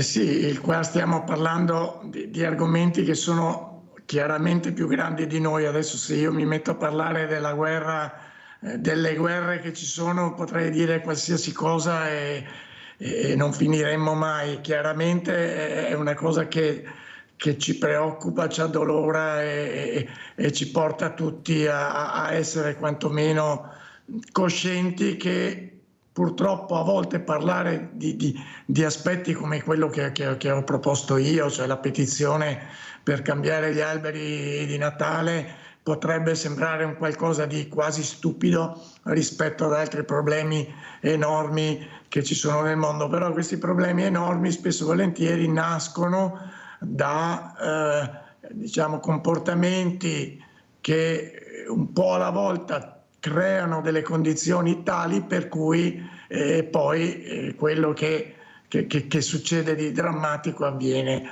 Quindi io rimango un attimo, vorrei rimanere nel mio piccolo, in questa piccola idea che mi è venuta, questa petizione che ha avuto già più di 19.000 firme su change.org, e spero che qualche assessore di qualche città, quale per esempio del Veneto, la possa accogliere, perché avrebbe un effetto mediatico secondo me enorme. Tra l'altro volevo anche ricordare una cosa, c'è in progetto da parte del comune, mi pare di un comune trentino, non vorrei sbagliarmi, che fosse Tione, di mandare 40 alberi sani, ovviamente tagliati apposta, al Papa per Natale.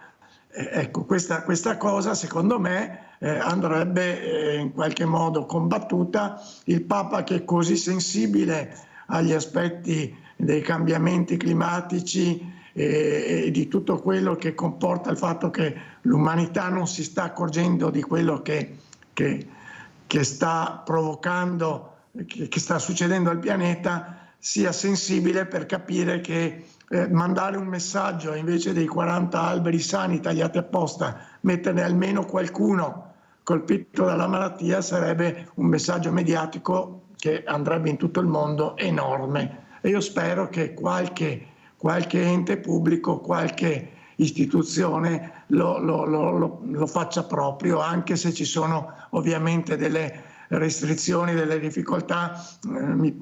Ho parlato con un assessore che mi dice ma i negozianti giustamente a Natale vogliono che sia tutto allegro, se mettiamo un albero triste la gente ha una reazione negativa, e in qualche modo io capisco che lui come politico non possa accettare una reazione negativa da parte della sua gente, però secondo me è proprio importante invece questo, chiamiamolo pugno nell'occhio, per far capire che i nostri comportamenti alla lunga ci portano a dei disastri e continuare così potrebbe veramente diventare qualcosa che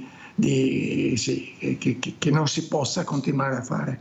Avete sentito che bravo che è il dottor Recchi a spostare il cerino, che si toglie proprio la parola di fisico completamente, voglio rimanere nel mio piccolo, fatemi parlare di alberi di Natale, lei sorride ma io ho già capito, non vuole assolutamente entrare in merito perché chissà cosa direbbe il dottor Checchia, perciò rimango nel mio piccolo, ha detto, e parliamo di alberi di Natale, finti o veri, ma di alberi di Natale. Forse ha ragione il dottor Checchia, meglio parlare di alberi di Natale finché riusciremo a vederne ancora qualcuno, dico io, perché se continua così non so quanti alberi di Natale vedremo in futuro, non per noi ma per questi giovani, non so che paesi lasceremo. Abbiamo Tamara da Spresiano, vai Tamara.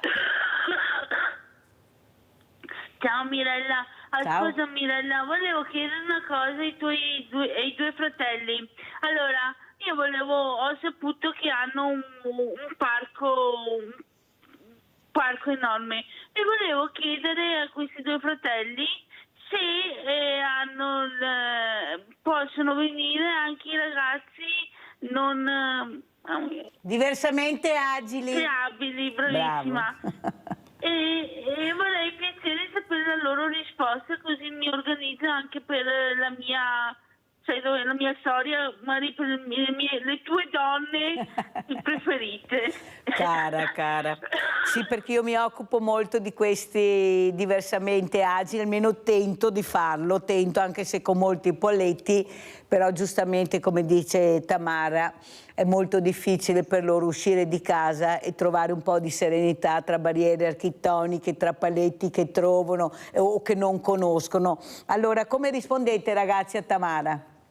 Non solo a Tamara, ma per i diversamente agili che avrebbero voglia di venire a trovarvi.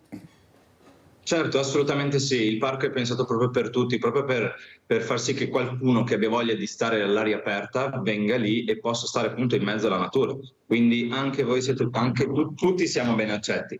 Vi chiederei semplicemente di chiamarci, così magari riusciamo a organizzare qualcosa e farvi trovare il posto. Organizzeremo qualcosa anche con queste, io le mie donne sono queste ragazze, ecco, che ho avuto la fortuna di conoscere, e facciamo delle gite anche molto belle, devo dire la verità, tutti assieme, ecco, tra fragilità e non fragilità, diversamente giovani e giovani anche, che è molto importante. Allora, prima di lasciarvi andiamo a vedere questo servizio, purtroppo ma dobbiamo rivedere, sperando che qualcuno capisca l'importanza della natura e di quello che da solo riesce a fare la natura quando si arrabbia e non ce n'è più per nessuno. Andiamo a vedere questo ricordo di Vaia, andiamo a Belluno.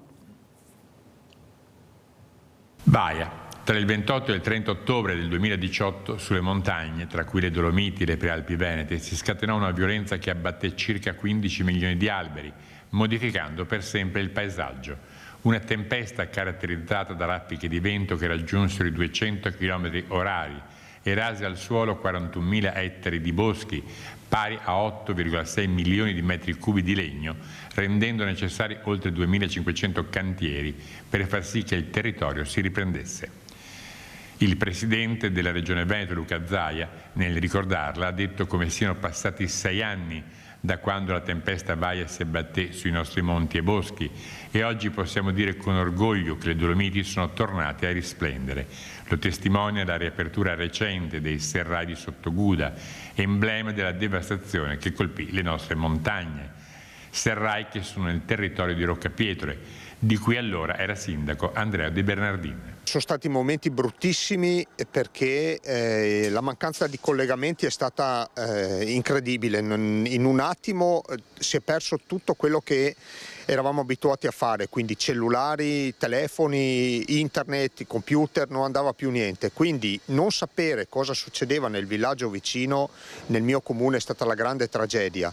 I serralli di Sottoguda sono stati l'emblema, rimangono l'emblema di quello che è successo a Vaia, a Roccapietre, ma ricordo che 24 dei 30 torrenti che ha il comune sono esondati tutti assieme. Nel momento in cui è arrivato il vento sono andati fuori quasi tutti i torrenti, creando davvero dei disastri ovunque. Vaia per me è stata un'esperienza assolutamente memorabile da tutti i punti di vista, ricorderò per tutta la vita. Ricordo per esempio quel momento in cui, molto difficile, ho preso la decisione come coordinatore dell'unità di crisi regionale di far chiudere tutto a Belluno, dando questa indicazione al prefetto di Belluno, e poi è cascata a tutti i vari soggetti coinvolti. Ma Vaia è stata anche la dell'efficienza del Veneto, che ormai è diventato un esempio nazionale di ricostruzione dopo l'alluvione. Vaia, ricordata anche dal presidente della Camera dei Deputati Lorenzo Fontana, che ha detto come quei giorni rimangono nei ricordi del Triveneto e di tutto il paese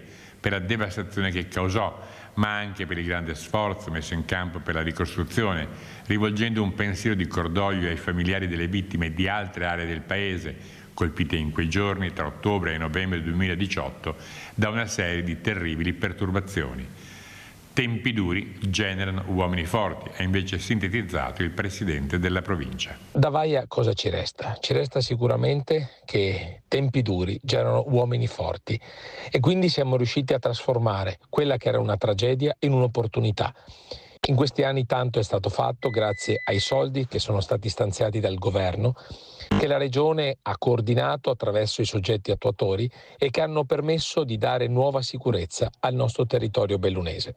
Questo è quello che ci resta di Vaia. C'è ancora da fare? Sicuramente sì, c'è l'impegno da parte di tutti, con l'auspicio che attenzione e prevenzione dovranno essere comunque dei punti di riferimento su cui tutti cercheremo di percorrere gli anni futuri. Il problema è capire se l'impegno è per migliorare o per distruggere, questo vorremmo capire. Detto questo, io saluto i miei graditissimi ospiti, grazie veramente di essere stati con noi per questa importante anche dimostrazione che se si vuole volare bisogna osare, però dobbiamo lasciare volare anche i giovani perché il futuro è nelle loro mani. Forse dobbiamo ascoltarli di più e lasciar parlare loro invece sempre gli addetti ai lavori. Grazie anche al dottor Paolo Checchia, grazie pubblicità. Arrivederci, grazie. Grazie. Sì, grazie.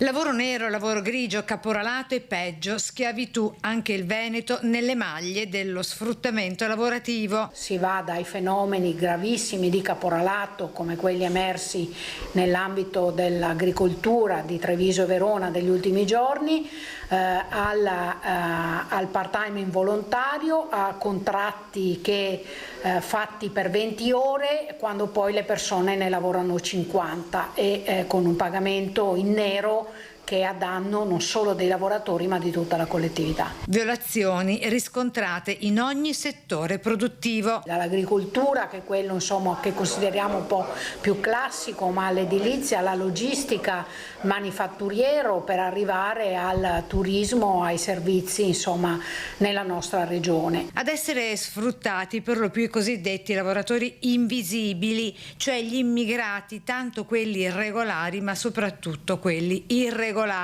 che accettano situazioni a dir poco degradanti. Non denunciano perché temono di perdere il permesso di soggiorno, la possibilità di averlo, e su questo c'è una parte di sistema imprenditoriale malato che continua a fare profitti. Saluto veramente, grazie al dottor Sergio Rosato, esperto di politica del lavoro. Grazie dottor Rosato di essere qui con noi. Grazie. Saluto anche Federica Zanier, titolare fattoria didattica alle Noghere di Villorba. Ecco, grazie anche a te Federica di essere qui, perché abbiamo lasciato Refrontolo, ma abbiamo dei posti a 2 passi da casa, compreso il tuo, dove vediamo delle meraviglie. Abbiamo anche la possibilità di staccare la spina stando a contatto con la natura. Perciò grazie anche a Federica di essere qui, a Federica Zanier. Però io partirei proprio dal dottor Sergio Rosato. Cosa sta succedendo, Rosato? Io veramente sento molti ospiti, anche addetti ai lavori, perciò imprenditori, industriali, artigiani, commercianti, si sono molto preoccupati. Io sono più preoccupata per le famiglie che, nonostante lavorino in 2, non riescono più ad arrivare a fine mese, e sono i poveri, che forse qualche imprenditore non ha capito, perché dice che a lui non risulta che ci siano 6 milioni di poveri. Ecco, non so a quali poveri si riferisca a questa persona, invece io vedo i poveri che sono famiglie che lavorano ambedue i genitori ma non ce la fanno. Ma cosa è successo, dottor Rosato? Perché alla fine tutti fanno tutto e danno il meglio di se stessi e noi ci troviamo in queste condizioni. Prego, dottor Rosato. Guardi, allora possiamo cercare di semplificare così. Siamo entrati in un cortocircuito per cui abbiamo delle statistiche ottime fatte dall'Istat che analizzano il fenomeno sul piano macro, cioè sulla sua dimensione reale, che tutto sommato è quella che vi è stata ricordata: 4 milioni di persone che vivono sotto la soglia di povertà, con sempre maggiori difficoltà a dare, diciamo, paura che si senta male, con sempre maggiori difficoltà a entrare nel mercato del lavoro buono, quello cioè dove ci sono l'applicazione dei contratti, che è la maggior parte, perché se noi guardiamo i dati di Veneto Lavoro sulle assunzioni, le assunzioni sono moltissime si tratta però prevalentemente di rapporti a tempo determinato, perché i settori oggettivamente che in questo momento assumono di più, quelli del terziario, dei servizi, del turismo, eccetera, sono lavori che hanno una temporaneità. Poi ci sono i fenomeni in cui si utilizza la normativa per la cosiddetta mezza regolarizzazione, e questo è il caso di tanti rapporti di lavoro sempre temporanei, oppure anche di rapporti di lavoro a tempo indeterminato come il part-time, che si presta a queste pratiche: ti regolarizzo a metà e per il resto facciamo tutto in nero, che porta anche a un vantaggio nell'immediato per il lavoratore che si presta a questa. Finora che cosa si è fatto? Si è cercato di combattere questi fenomeni cambiando in continuazione le regole, pensando che siano le regole del mercato del lavoro a creare le condizioni della regolarità. Ma quella è una regolarità formale. Cosa servirebbe invece? Servirebbe utilizzare tutte le grandi potenzialità che adesso abbiamo per migliorare la funzione di controllo. Chi deve controllare? Deve controllare prevalentemente l'Ispettorato del Lavoro, devono controllare anche, per quanto riguarda la sicurezza, altri organismi, comprese i servizi per la sicurezza delle regioni. Questo però viene fatto sempre in termini tradizionali, faccio più ispezioni, eccetera. Ma mi scusi, invece siamo nelle Rosato, condizioni però oggettive quello che poi si sente, di creare dottor un Rosato, sistema mi di sente? intelligence. No, non mi sente. Mi sente, dottor Rosato? Perché ha la connessione che va e che viene. Allora, cerchiamo di migliorarla, vediamo, e intanto salutiamo Federica Zanier. Sì, poi ritorniamo, miglioriamo la condizione perché non si è capito niente di quello che ha detto dottor Rosato, poi lo ripeteremo. Allora Federica Zanier, quello che però traspare è che molti giovani si devono inventare anche dei nuovi lavori, i lavori tradizionali sono veramente al limite perché devi essere specializzato, devi sapere fare determinate cose, poche, molto bene, la formazione. Cos'è la formazione secondo te, Federica Zanier? Perché la formazione serve in tutti i campi. E come vedi la tua situazione del tuo osservatorio, Federica? Intanto buongiorno Mirella e grazie di essere con voi anche oggi. Io credo che si sia un po', come l'ho detto magari anche tante altre volte, peggiorando la situazione scuola-lavoro. Nel senso che la scuola dovrebbe preparare i ragazzi a un futuro e in realtà questi poveretti si trovano in un mondo del lavoro con cui non sanno rapportarsi perché effettivamente hanno delle difficoltà di comunicazione perché non hanno mai fatto nessun genere di esperienza. Guardiamo anche adesso un esempio per dire che ci si guarda intorno, perché non si trovano i lavoratori il sabato e la domenica? Perché vengono pagati poco? Solo per quello? Io non credo, una volta forse sarà un luogo comune, però una volta noi ragazzi ci si accontentava di un po' meno, ma di fare più esperienza. Secondo me è anche un po' la situazione, è proprio il sistema che si è creato in questo periodo, che è sbagliato e quindi non dà la possibilità né da una parte né dall'altra di avere dei benefici. Tutto lì. Molto chiara Federica, come sempre del resto. Abbiamo Sebastiano da Abano, poi sentiamo il dottor Rosato. Vai Sebastiano. Buongiorno signora Mirella, lei e Buongiorno. i suoi carissimi ospiti, buongiorno. Niente, per quanto riguarda il purtroppo è che non arriviamo a fine mese neanche con 2 stipendi, quale è caro vita. Io ho preso 3 pizze, 2 bibite da asporto, ho pagato 35 euro, le vecchie 70.000 lire di una volta, e 3 pizze da asporto e 2 bibite. Quindi quello è caro vita. Poi sentivo che mancano la manodopera. Ragazzi miei, dopo la pandemia la gente ha capito il valore della libertà. Io non mi vado ad includere sabato e domenica a lavorare per acchiappare 4 soldine. Purtroppo è quello, io lavoro nel settore turismo da 24 anni, però la libertà non ha prezzo perché è inutile, o aumentiamo i stipendi oppure la gente normale che cercherà altre alternative di lavoro dove sono belli liberi. La ringrazio signor Mirella e buongiorno. Abbiamo sentito la riflessione di Sebastiano, prego dottor Rosato. Allora, io diciamo, si è sentito poco, avevo prevalentemente parlato della parte più grave del problema, quella cioè del proliferare di lavoro irregolare, lavoro nero, lavoro sfruttato, eccetera. E sinteticamente riassumo, secondo me non è un problema di continuare a fare regole, norme, di cercare di battere questo fenomeno con le norme, ma mettendo in piedi un sistema effettivo di controlli che si può fare senza, come nel passato, avere bisogno di tanti ispettori, ma basta saper utilizzare bene quelle che sono le informazioni che già abbiamo sul mercato del lavoro. Quindi un sistema di intelligence che vada effettivamente a dissuadere chi fa quelle cose dal fatto appunto di essere quasi certi che ti beccano e ti sanzionano. Questo era un punto. L'altro è quello dei lavori poveri e soprattutto collegandomi a quello che diceva prima la signora sul discorso dei giovani. Allora, noi continuiamo a dire che purtroppo il problema della scuola che non dà le competenze ai giovani, eccetera.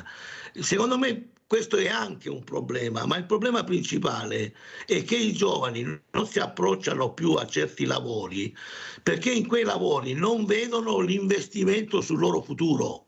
Cioè, mentre prima il giovane faceva il lavoro stagionale solo durante l'estate e poi sapeva che aveva un suo percorso professionale, eccetera, adesso, avendo anche altre opportunità di guadagnare qualcosa con altri lavori in altre realtà? Perché ci sono tanti giovani che continuano a fare i rider? Perché lì trovano magari con situazioni di lavoro che gli danno più soddisfazione, gli danno un guadagno maggiore e sanno benissimo che quella non è il loro futuro, non è la loro carriera.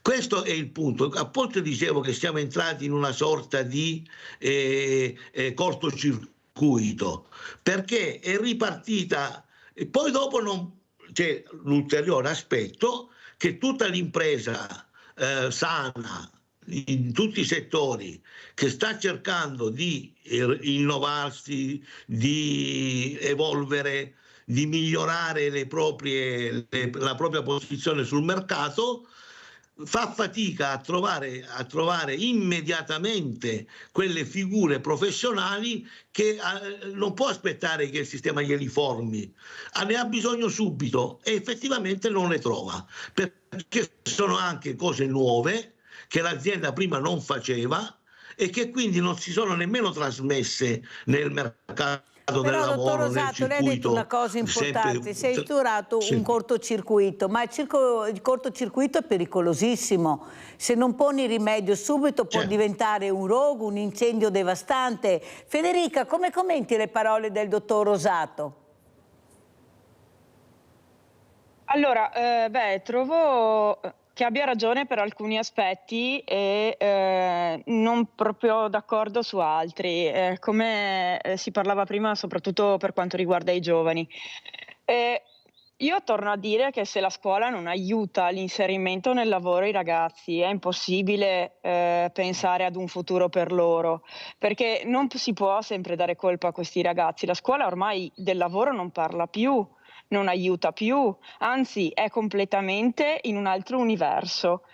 Per cui sì, io credo che non sia proprio colpa del sì, poi ci sono tanti lavori facili, per l'amor di Dio, questo è vero, ma c'erano anche una volta, cioè nel senso che uno non andava a fare il cameriere per sempre, ma lo faceva stagionalmente perché poi sapeva di avere il suo piccolo gruzzoletto e di poter studiare tranquillamente durante tutto il resto dell'anno.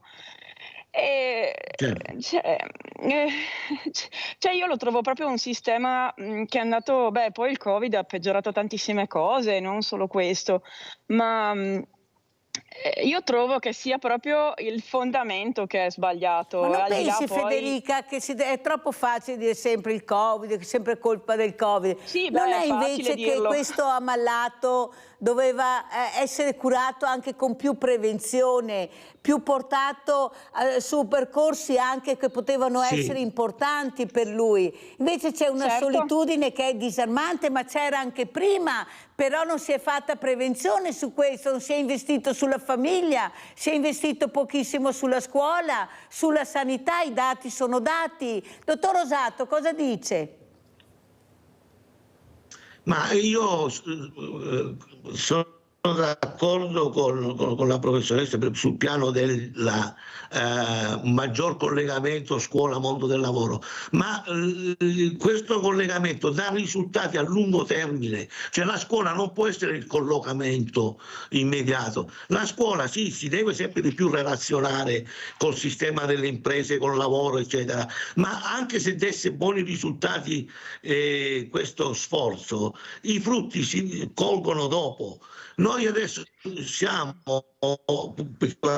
in una situazione in cui ci sono veramente molti bacini di lavoro che non danno ai giovani quello che loro si aspettano. Quello che hanno immediatamente disponibile è questo. E allora o si migliorano questi e si emergere in questi settori, per esempio nel turismo. Il turismo ha delle potenzialità enormi, però si deve anche scontrare con problemi oggettivi di stagionalità, di orari di lavoro molto flessibili. Non si può pretendere che l'impresa, quando c'ha i picchi stagionali in luglio, agosto eccetera, non lavori alle 10 di sera o non lavori al sabato o non lavori la domenica. Quello è un discorso oggettivo, non si può chiedere all'impresa quello, ma si deve sicuramente fare in modo che l'impresa risolva quel problema non facendo lavori in nero, straordinari, pagati in nero, eccetera, ma che potesse avere la legalità e soprattutto dare continuità di reddito ai lavoratori.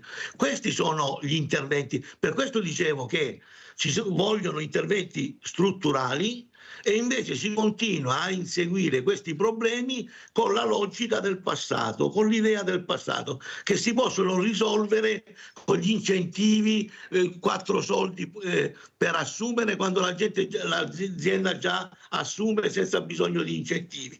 Ecco, questo che le dicevo. Poi, rispetto al discorso che apriva lei, che non si è investito abbastanza su questo, su creare questo sistema, così come non si è investito su altri beni sociali, e sa che sono perfettamente d'accordo con lei, ma anche lì però vede, dottor Rosato, il problema è che io e lei siamo d'accordo, però qualcuno non ascolta e noi ci ritroviamo sempre più persone che non riescono a capire quale sarà il loro futuro, perché cambiano 100 lavori ogni momento, perché finiscono anche questi stage. Ecco, questi stage, se qualcuno vuole informare, ma soprattutto Federica, noi abbiamo visto questi ragazzi, questi 3 fratelli egiziani che hanno aperto, come hai fatto tu, un'azienda, che credono molto, sono molto uniti tra di loro e sicuramente hanno avuto anche il coraggio di osare, però sono un gruppo, hanno la forza del gruppo, credono in quello che fanno, ma si aiutano a vicenda. Quando è importante avere anche un gruppo che può essere la famiglia, i fratelli, i genitori, però qualcuno che ti supporti nelle tue idee. Prego Federica. Beh, credo che il supporto della famiglia della famiglia sia fondamentale, sia importantissimo. Io non credo di non poter essere qui diversamente. E se andiamo avanti giorno per giorno nelle difficoltà, perché c'è da dire la verità, insomma è un anno molto difficile questo, per tutti quanti, quindi non escludo nessuno, per le famiglie, per le aziende, per tutti è un momento difficile e quindi se di base non abbiamo la famiglia chiaramente non andiamo da nessuna parte. Volevo un attimo però rispondere anche a quello che diceva il dottor Rosato. Prima. Sì, il dottor Rosato prima, no? Che si punta sempre tanto a colpevolizzare le aziende che pagano a nero, ma nessuno si è mai fatto la domanda di perché tanti hanno un secondo lavoro in casa e si va sempre a guardare l'azienda e mai il privato. C'è tanti a cui conviene avere il lavoro in nero in casa piuttosto che pagare un negozio, pagare una struttura o qualcosa del genere. Non si è mai guardato dall'altra parte, si è sempre colpevolizzato solo le aziende e il fatto che queste non mettano in regola. Ma dall'altra parte vi siete mai fatti una domanda? Perché io me la farei prima o poi. E il sistema questo ha aiutato il fatto che si diffonda. Abbiamo un sistema pazzesco, quindi pessimo. E secondo me il lavoro nero si diffonde non tanto per la volontà delle aziende, ma proprio perché c'è la volontà dall'altra parte di averlo. Questo è il mio pensiero. Molto chiara, Federica. Sentiamo cosa ne pensa il dottor Rosato. Devo correre perché sapete che il tempo è tiranno. Dottor Rosato, cosa dice a Federica che si pone il problema? Ma avete guardato l'altra faccia della medaglia? Ma io sono perfettamente d'accordo con lei che tutto quello che c'è di economia povera, sommersa,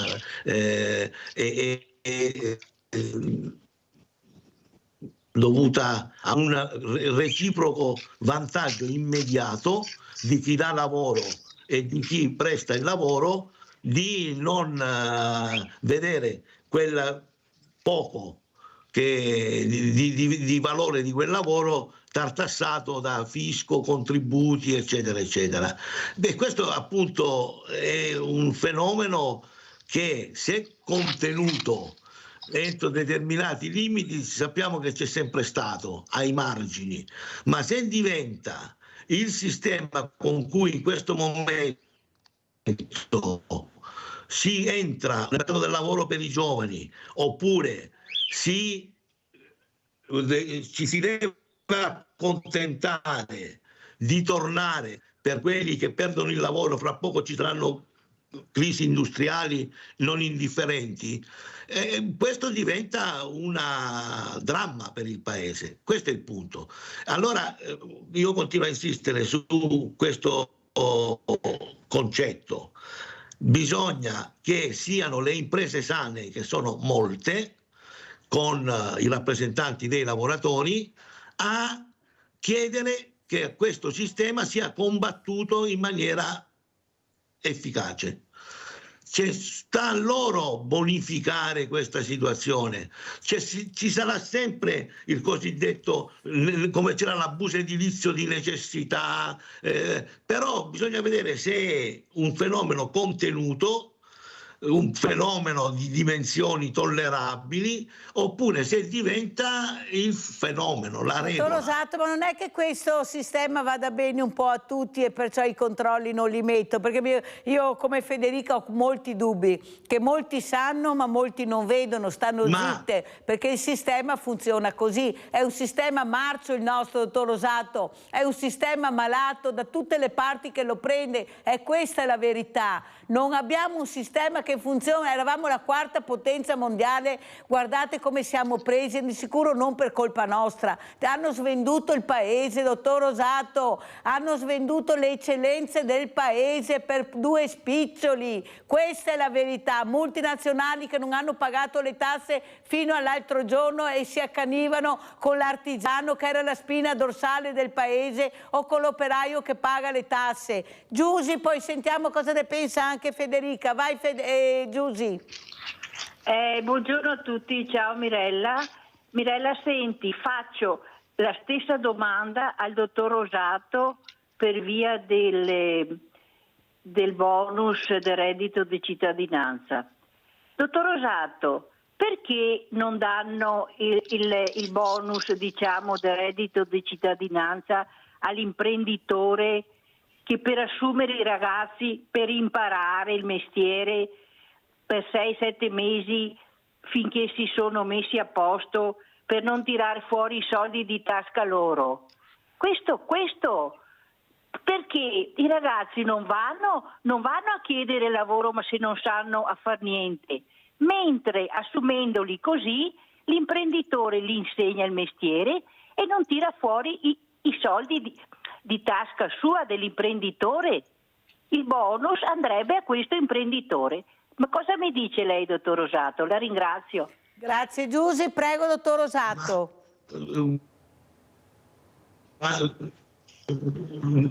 Guardi, il discorso sul sostegno al reddito durante l'attività di lavoro è soprattutto in questo, come ho detto prima, in un momento in cui ci sono tanti lavori che non danno un reddito sufficiente per chi è disponibile ad andarli a fare, è un problema che ci dobbiamo porre. Cioè noi non possiamo pensare che ci siano, se vogliamo che alcune attività non muoiano, non scompaiano del tutto, è necessario che ci sia una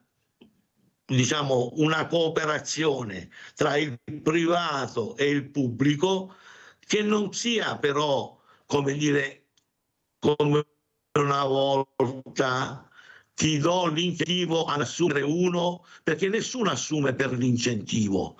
Allora evidentemente questa persona, questo artigiano o questa piccola impresa che prende il giovane e incamera il reddito di cittadinanza e gli fa fare esperienza, ha bisogno di quel lavoratore? Sì, perché se non ne avesse bisogno nessuno si porta in casa una persona se non sa cosa fargli fare. A questo punto allora non è tanto l'incentivo in sé che crea, ma è il fatto di dire quanto è possibile che quello che non può pagare l'impresa sia in qualche modo supportato per i periodi in cui non c'è questa possibilità di lavoro da un intervento invece di dare incentivi a pioggia, di dare sgravi fiscali a pioggia, di creare crediti d'imposta a pioggia, questi interventi devono essere focalizzati, perché sono costosi, devono essere focalizzati sui problemi più gravi, più urgenti. Sono con lei che quelli che non si inserirebbero da soli nel mercato del lavoro possono essere aiutati anche con un lavoro sostenuto. Però guardi che appunto questa cosa ha dei costi e quindi bisogna che ci sia una volontà politica di dire non do il contentino a pioggia a tutti perché quello mi porta più voti, ma ho una politica, ho una capacità di capire dove devo intervenire. Se mi dice, dottor Rosato, una cosa che non ha costi per la politica, l'unica cosa che non ha costi per la politica è quasi sempre il mondo del volontariato, non tutto ma in buona parte, che mette le pezze dove non arriva. Tutto gli altri per i politici è un costo insopportabile e con quello che hanno nei bilanci, avete visto cosa è successo, ecco, con le pensioni, 3 euro, 2 euro, avete sentito le cifre, robe da rabbrividire. E lo spreco di denaro pubblico che non viene detto su opere e cose che a nessuno interessano. Federica, come commenti le parole del dottor Rosato e com'è la situazione? Ecco, tu ci stai veramente mettendo l'anima per continuare con questa attività, l'hai ampliata, cerchi di trovare sempre un qualcosa proprio che ti faccia respirare. Com'è la situazione? Come si è aperto questo autunno, Federica? La stagione in generale non è ottimale, proprio a livello agricolo non è ottimale per nessun raccolto alla fine. Si cerca di tenere duro e si cerca di essere sempre positivi e di guardare sempre il lato positivo della situazione, quindi si spera in un fine anno un po' meno piovoso e un po' più consistente e poi un ripartire, ecco, ancora più positivo.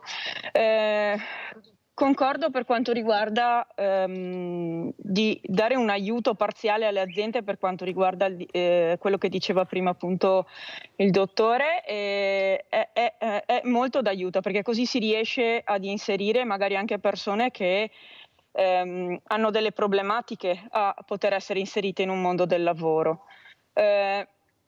Non sono mai stata d'accordo con il reddito di cittadinanza per lasciare a casa le persone, ma sono d'accordo su un reddito di cittadinanza che comunque le integri in un mondo del lavoro. Quindi torno al discorso di prima che sostengo. È giusto avere un sostegno da parte alle aziende per inserire nuove figure, ma questo non deve ricadere chiaramente su questa azienda, ma deve avere un futuro, cioè nel senso anche un tirocinio di 1 anno che può essere aiutato parzialmente a pagare uno stipendio. Lo dico perché alla fine dentro ci sono anch'io.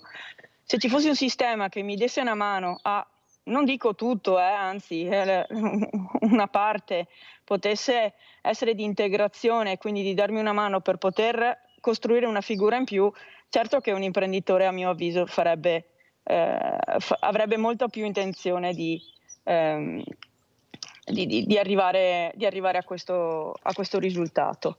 Allora andiamo a vedere anche di cosa si occupa Federica Zanier, questo nuovo lavoro che si è inventata sia con le fragilità, con la scuola, perché veramente bisogna capire che ce la mettono tutta, sono persone giovani, persone che credono nel futuro e cercano anche di inventarsi delle storie incredibili a volte, ma per le fragilità e con le fragilità. Andiamo a vedere Villa Margherita, visto che non sappiamo più niente di Villa Margherita, andiamo a vedere cosa che si è cercato di fare a Villa Margherita. Andiamo a vedere. Buongiorno, noi siamo comunità ANFAS di Mestre, comunità Nuova Cipressina. Siamo venuti a trovarvi, a passare in compagnia una bella giornata e siamo tutti felici. È una cosa importantissima perché li fa stare molto bene, li dà una soddisfazione. L'animale rassicura?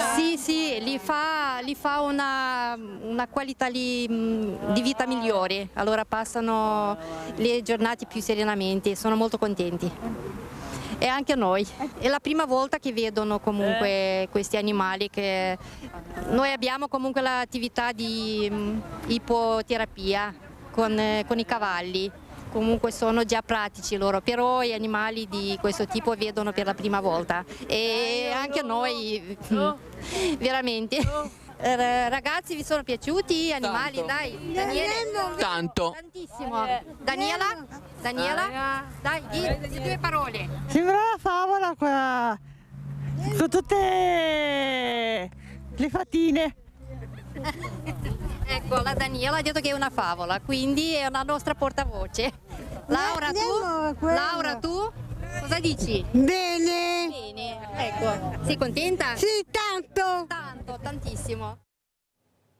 Allora Federica, questi ricordi bellissimi, perché almeno noi abbiamo cercato di mettere la goccia nel mare, però qualcuno non gliene frega niente di queste gocce, queste fragilità che sono sempre più sole, più isolate, sempre là, solo là, e portarle fuori è un problema perché ci sono i costi, perché non ci si parla tra associazioni. Cosa vedi? Ecco, cosa ti fa rivedere queste immagini e sentire, vedere il sorriso delle fragilità? Sto bene, sono contenta, mi piacciono. Quante volte lo diranno su un anno? Prego Federica. Beh, devo dirti Mirella che io non ho mai smesso comunque. Qui in azienda anche questa settimana ospiteremo delle persone disabili e quindi continueremo noi nel nostro piccolo a fare quell'attività che hai fatto vedere. Io sono sempre molto soddisfatta di queste uscite, di queste interazioni, anche perché ho la fortuna di lavorare con degli animali che hanno veramente una grande sensibilità e di conseguenza le persone si sentono proprio a loro agio e escono da qui proprio sollevate.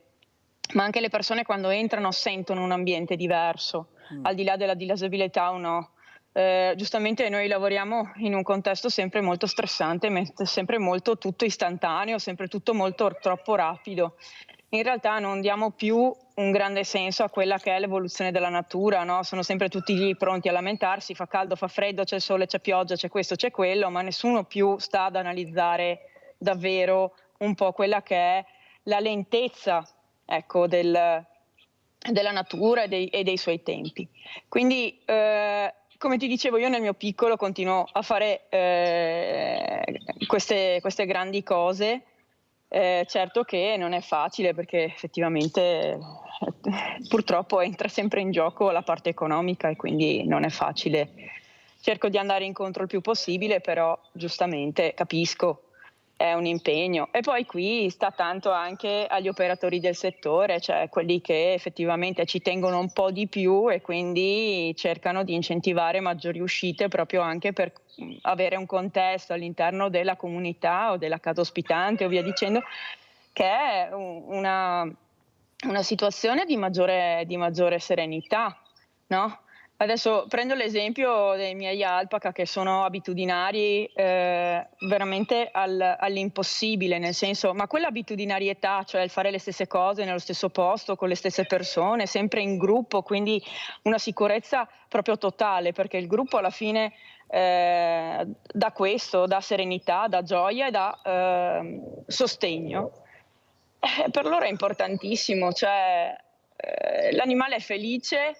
E questo alla fine siamo animali anche noi e quindi anche in questi contesti si nota che c'è una sorta di serenità quando le cose funzionano tutte molto bene. Il problema è che loro cercano il gruppo, noi evitiamo il gruppo quasi sempre perché il gruppo fa paura, il gruppo è diverso, il gruppo non so cosa mi aspetta da quel gruppo, purtroppo dobbiamo aprire di più gli occhi. Dottor Rosato, come ci saluta? Siamo in chiusura, prego. Sì, io purtroppo avevo un collegamento audio, non ho sentito moltissimo. Sono collegata meglio con San Paolo del Brasile che non con lei stamattina. Veloce, dottor Rosato, che devo chiudere. Sì, io allora no, il mio saluto è questo, che ci sia tanta attenzione su questo tema per me è la cosa più positiva, cioè finalmente stiamo prendendo coscienza che non possiamo andare ancora avanti con una economia, il futuro noi avremo tanti lavori nei servizi, o questi servizi li qualifichiamo in maniera tale che la gente li faccia con soddisfazione e con il giusto guadagno, oppure inesorabilmente andiamo, come dice lei, in un declino inarrestabile. Grazie al dottor Sergio Rosato, esperto di politica del lavoro, grazie a Federica Zanier, titolare Fattoria Didattica Le Noghere di Villorba, questa meraviglia che ci ha fatto vedere. Sempre avanti Federica, mi raccomando, sempre tosta come sempre. Grazie. Adesso andiamo a pranzo con la proposta di Mirella. Insalata di polpo. I polpi sono veramente intelligenti? Dipende un po' dalla definizione di intelligenza. Gli octopus sono molto curiosi e giocherelloni e possono imparare delle cose in vari modi. Per esempio, possono aprire un barattolo che è chiuso svitando il coperchio. Poi pare che abbiano una buona memoria. Infatti ripetono le cose che hanno imparato. Ingredienti per 4 persone. 1 chilogrammo di polpo verace già pulito. 50 grammi di olive nere, 50 grammi di olive verdi, 100 grammi di sedano, 200 grammi di ravanelli, 2 limoni, un peperone, prezzemolo, uno spicchio di aglio, 2 cucchiai di aceto di vino bianco, olio extravergine d'oliva, sale, pepe.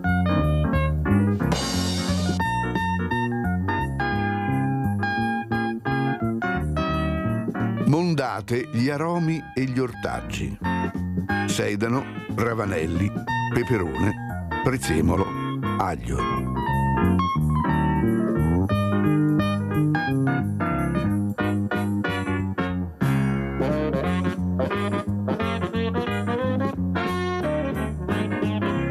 Tagliateli a pezzettini.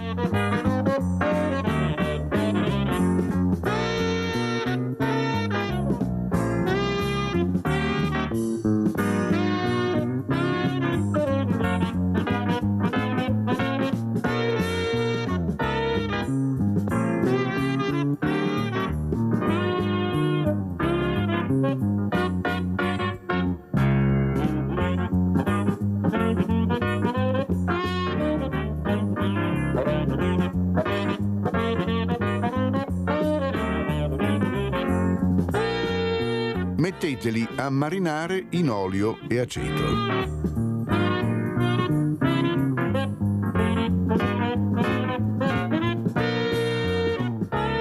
In una pentola, possibilmente di corso, versate 2 cucchiai di acqua appena salata e mettete un tappo di sughero.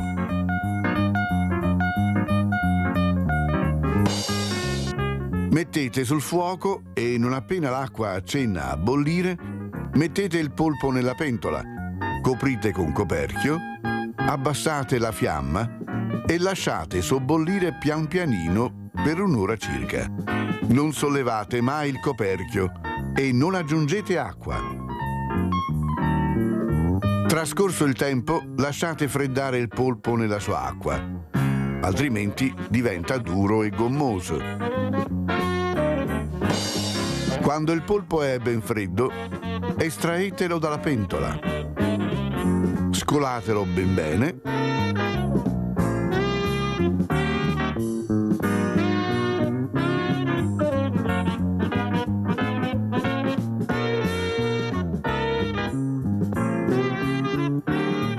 tagliatelo a pezzi e unitelo ai vegetali, mescolando bene.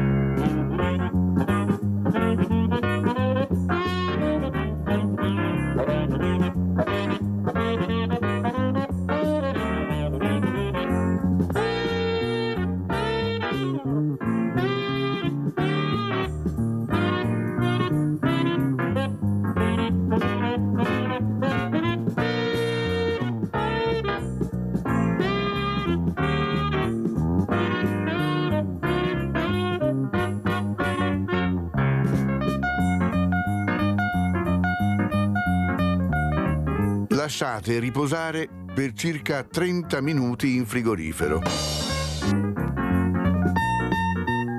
Servite e buon appetito!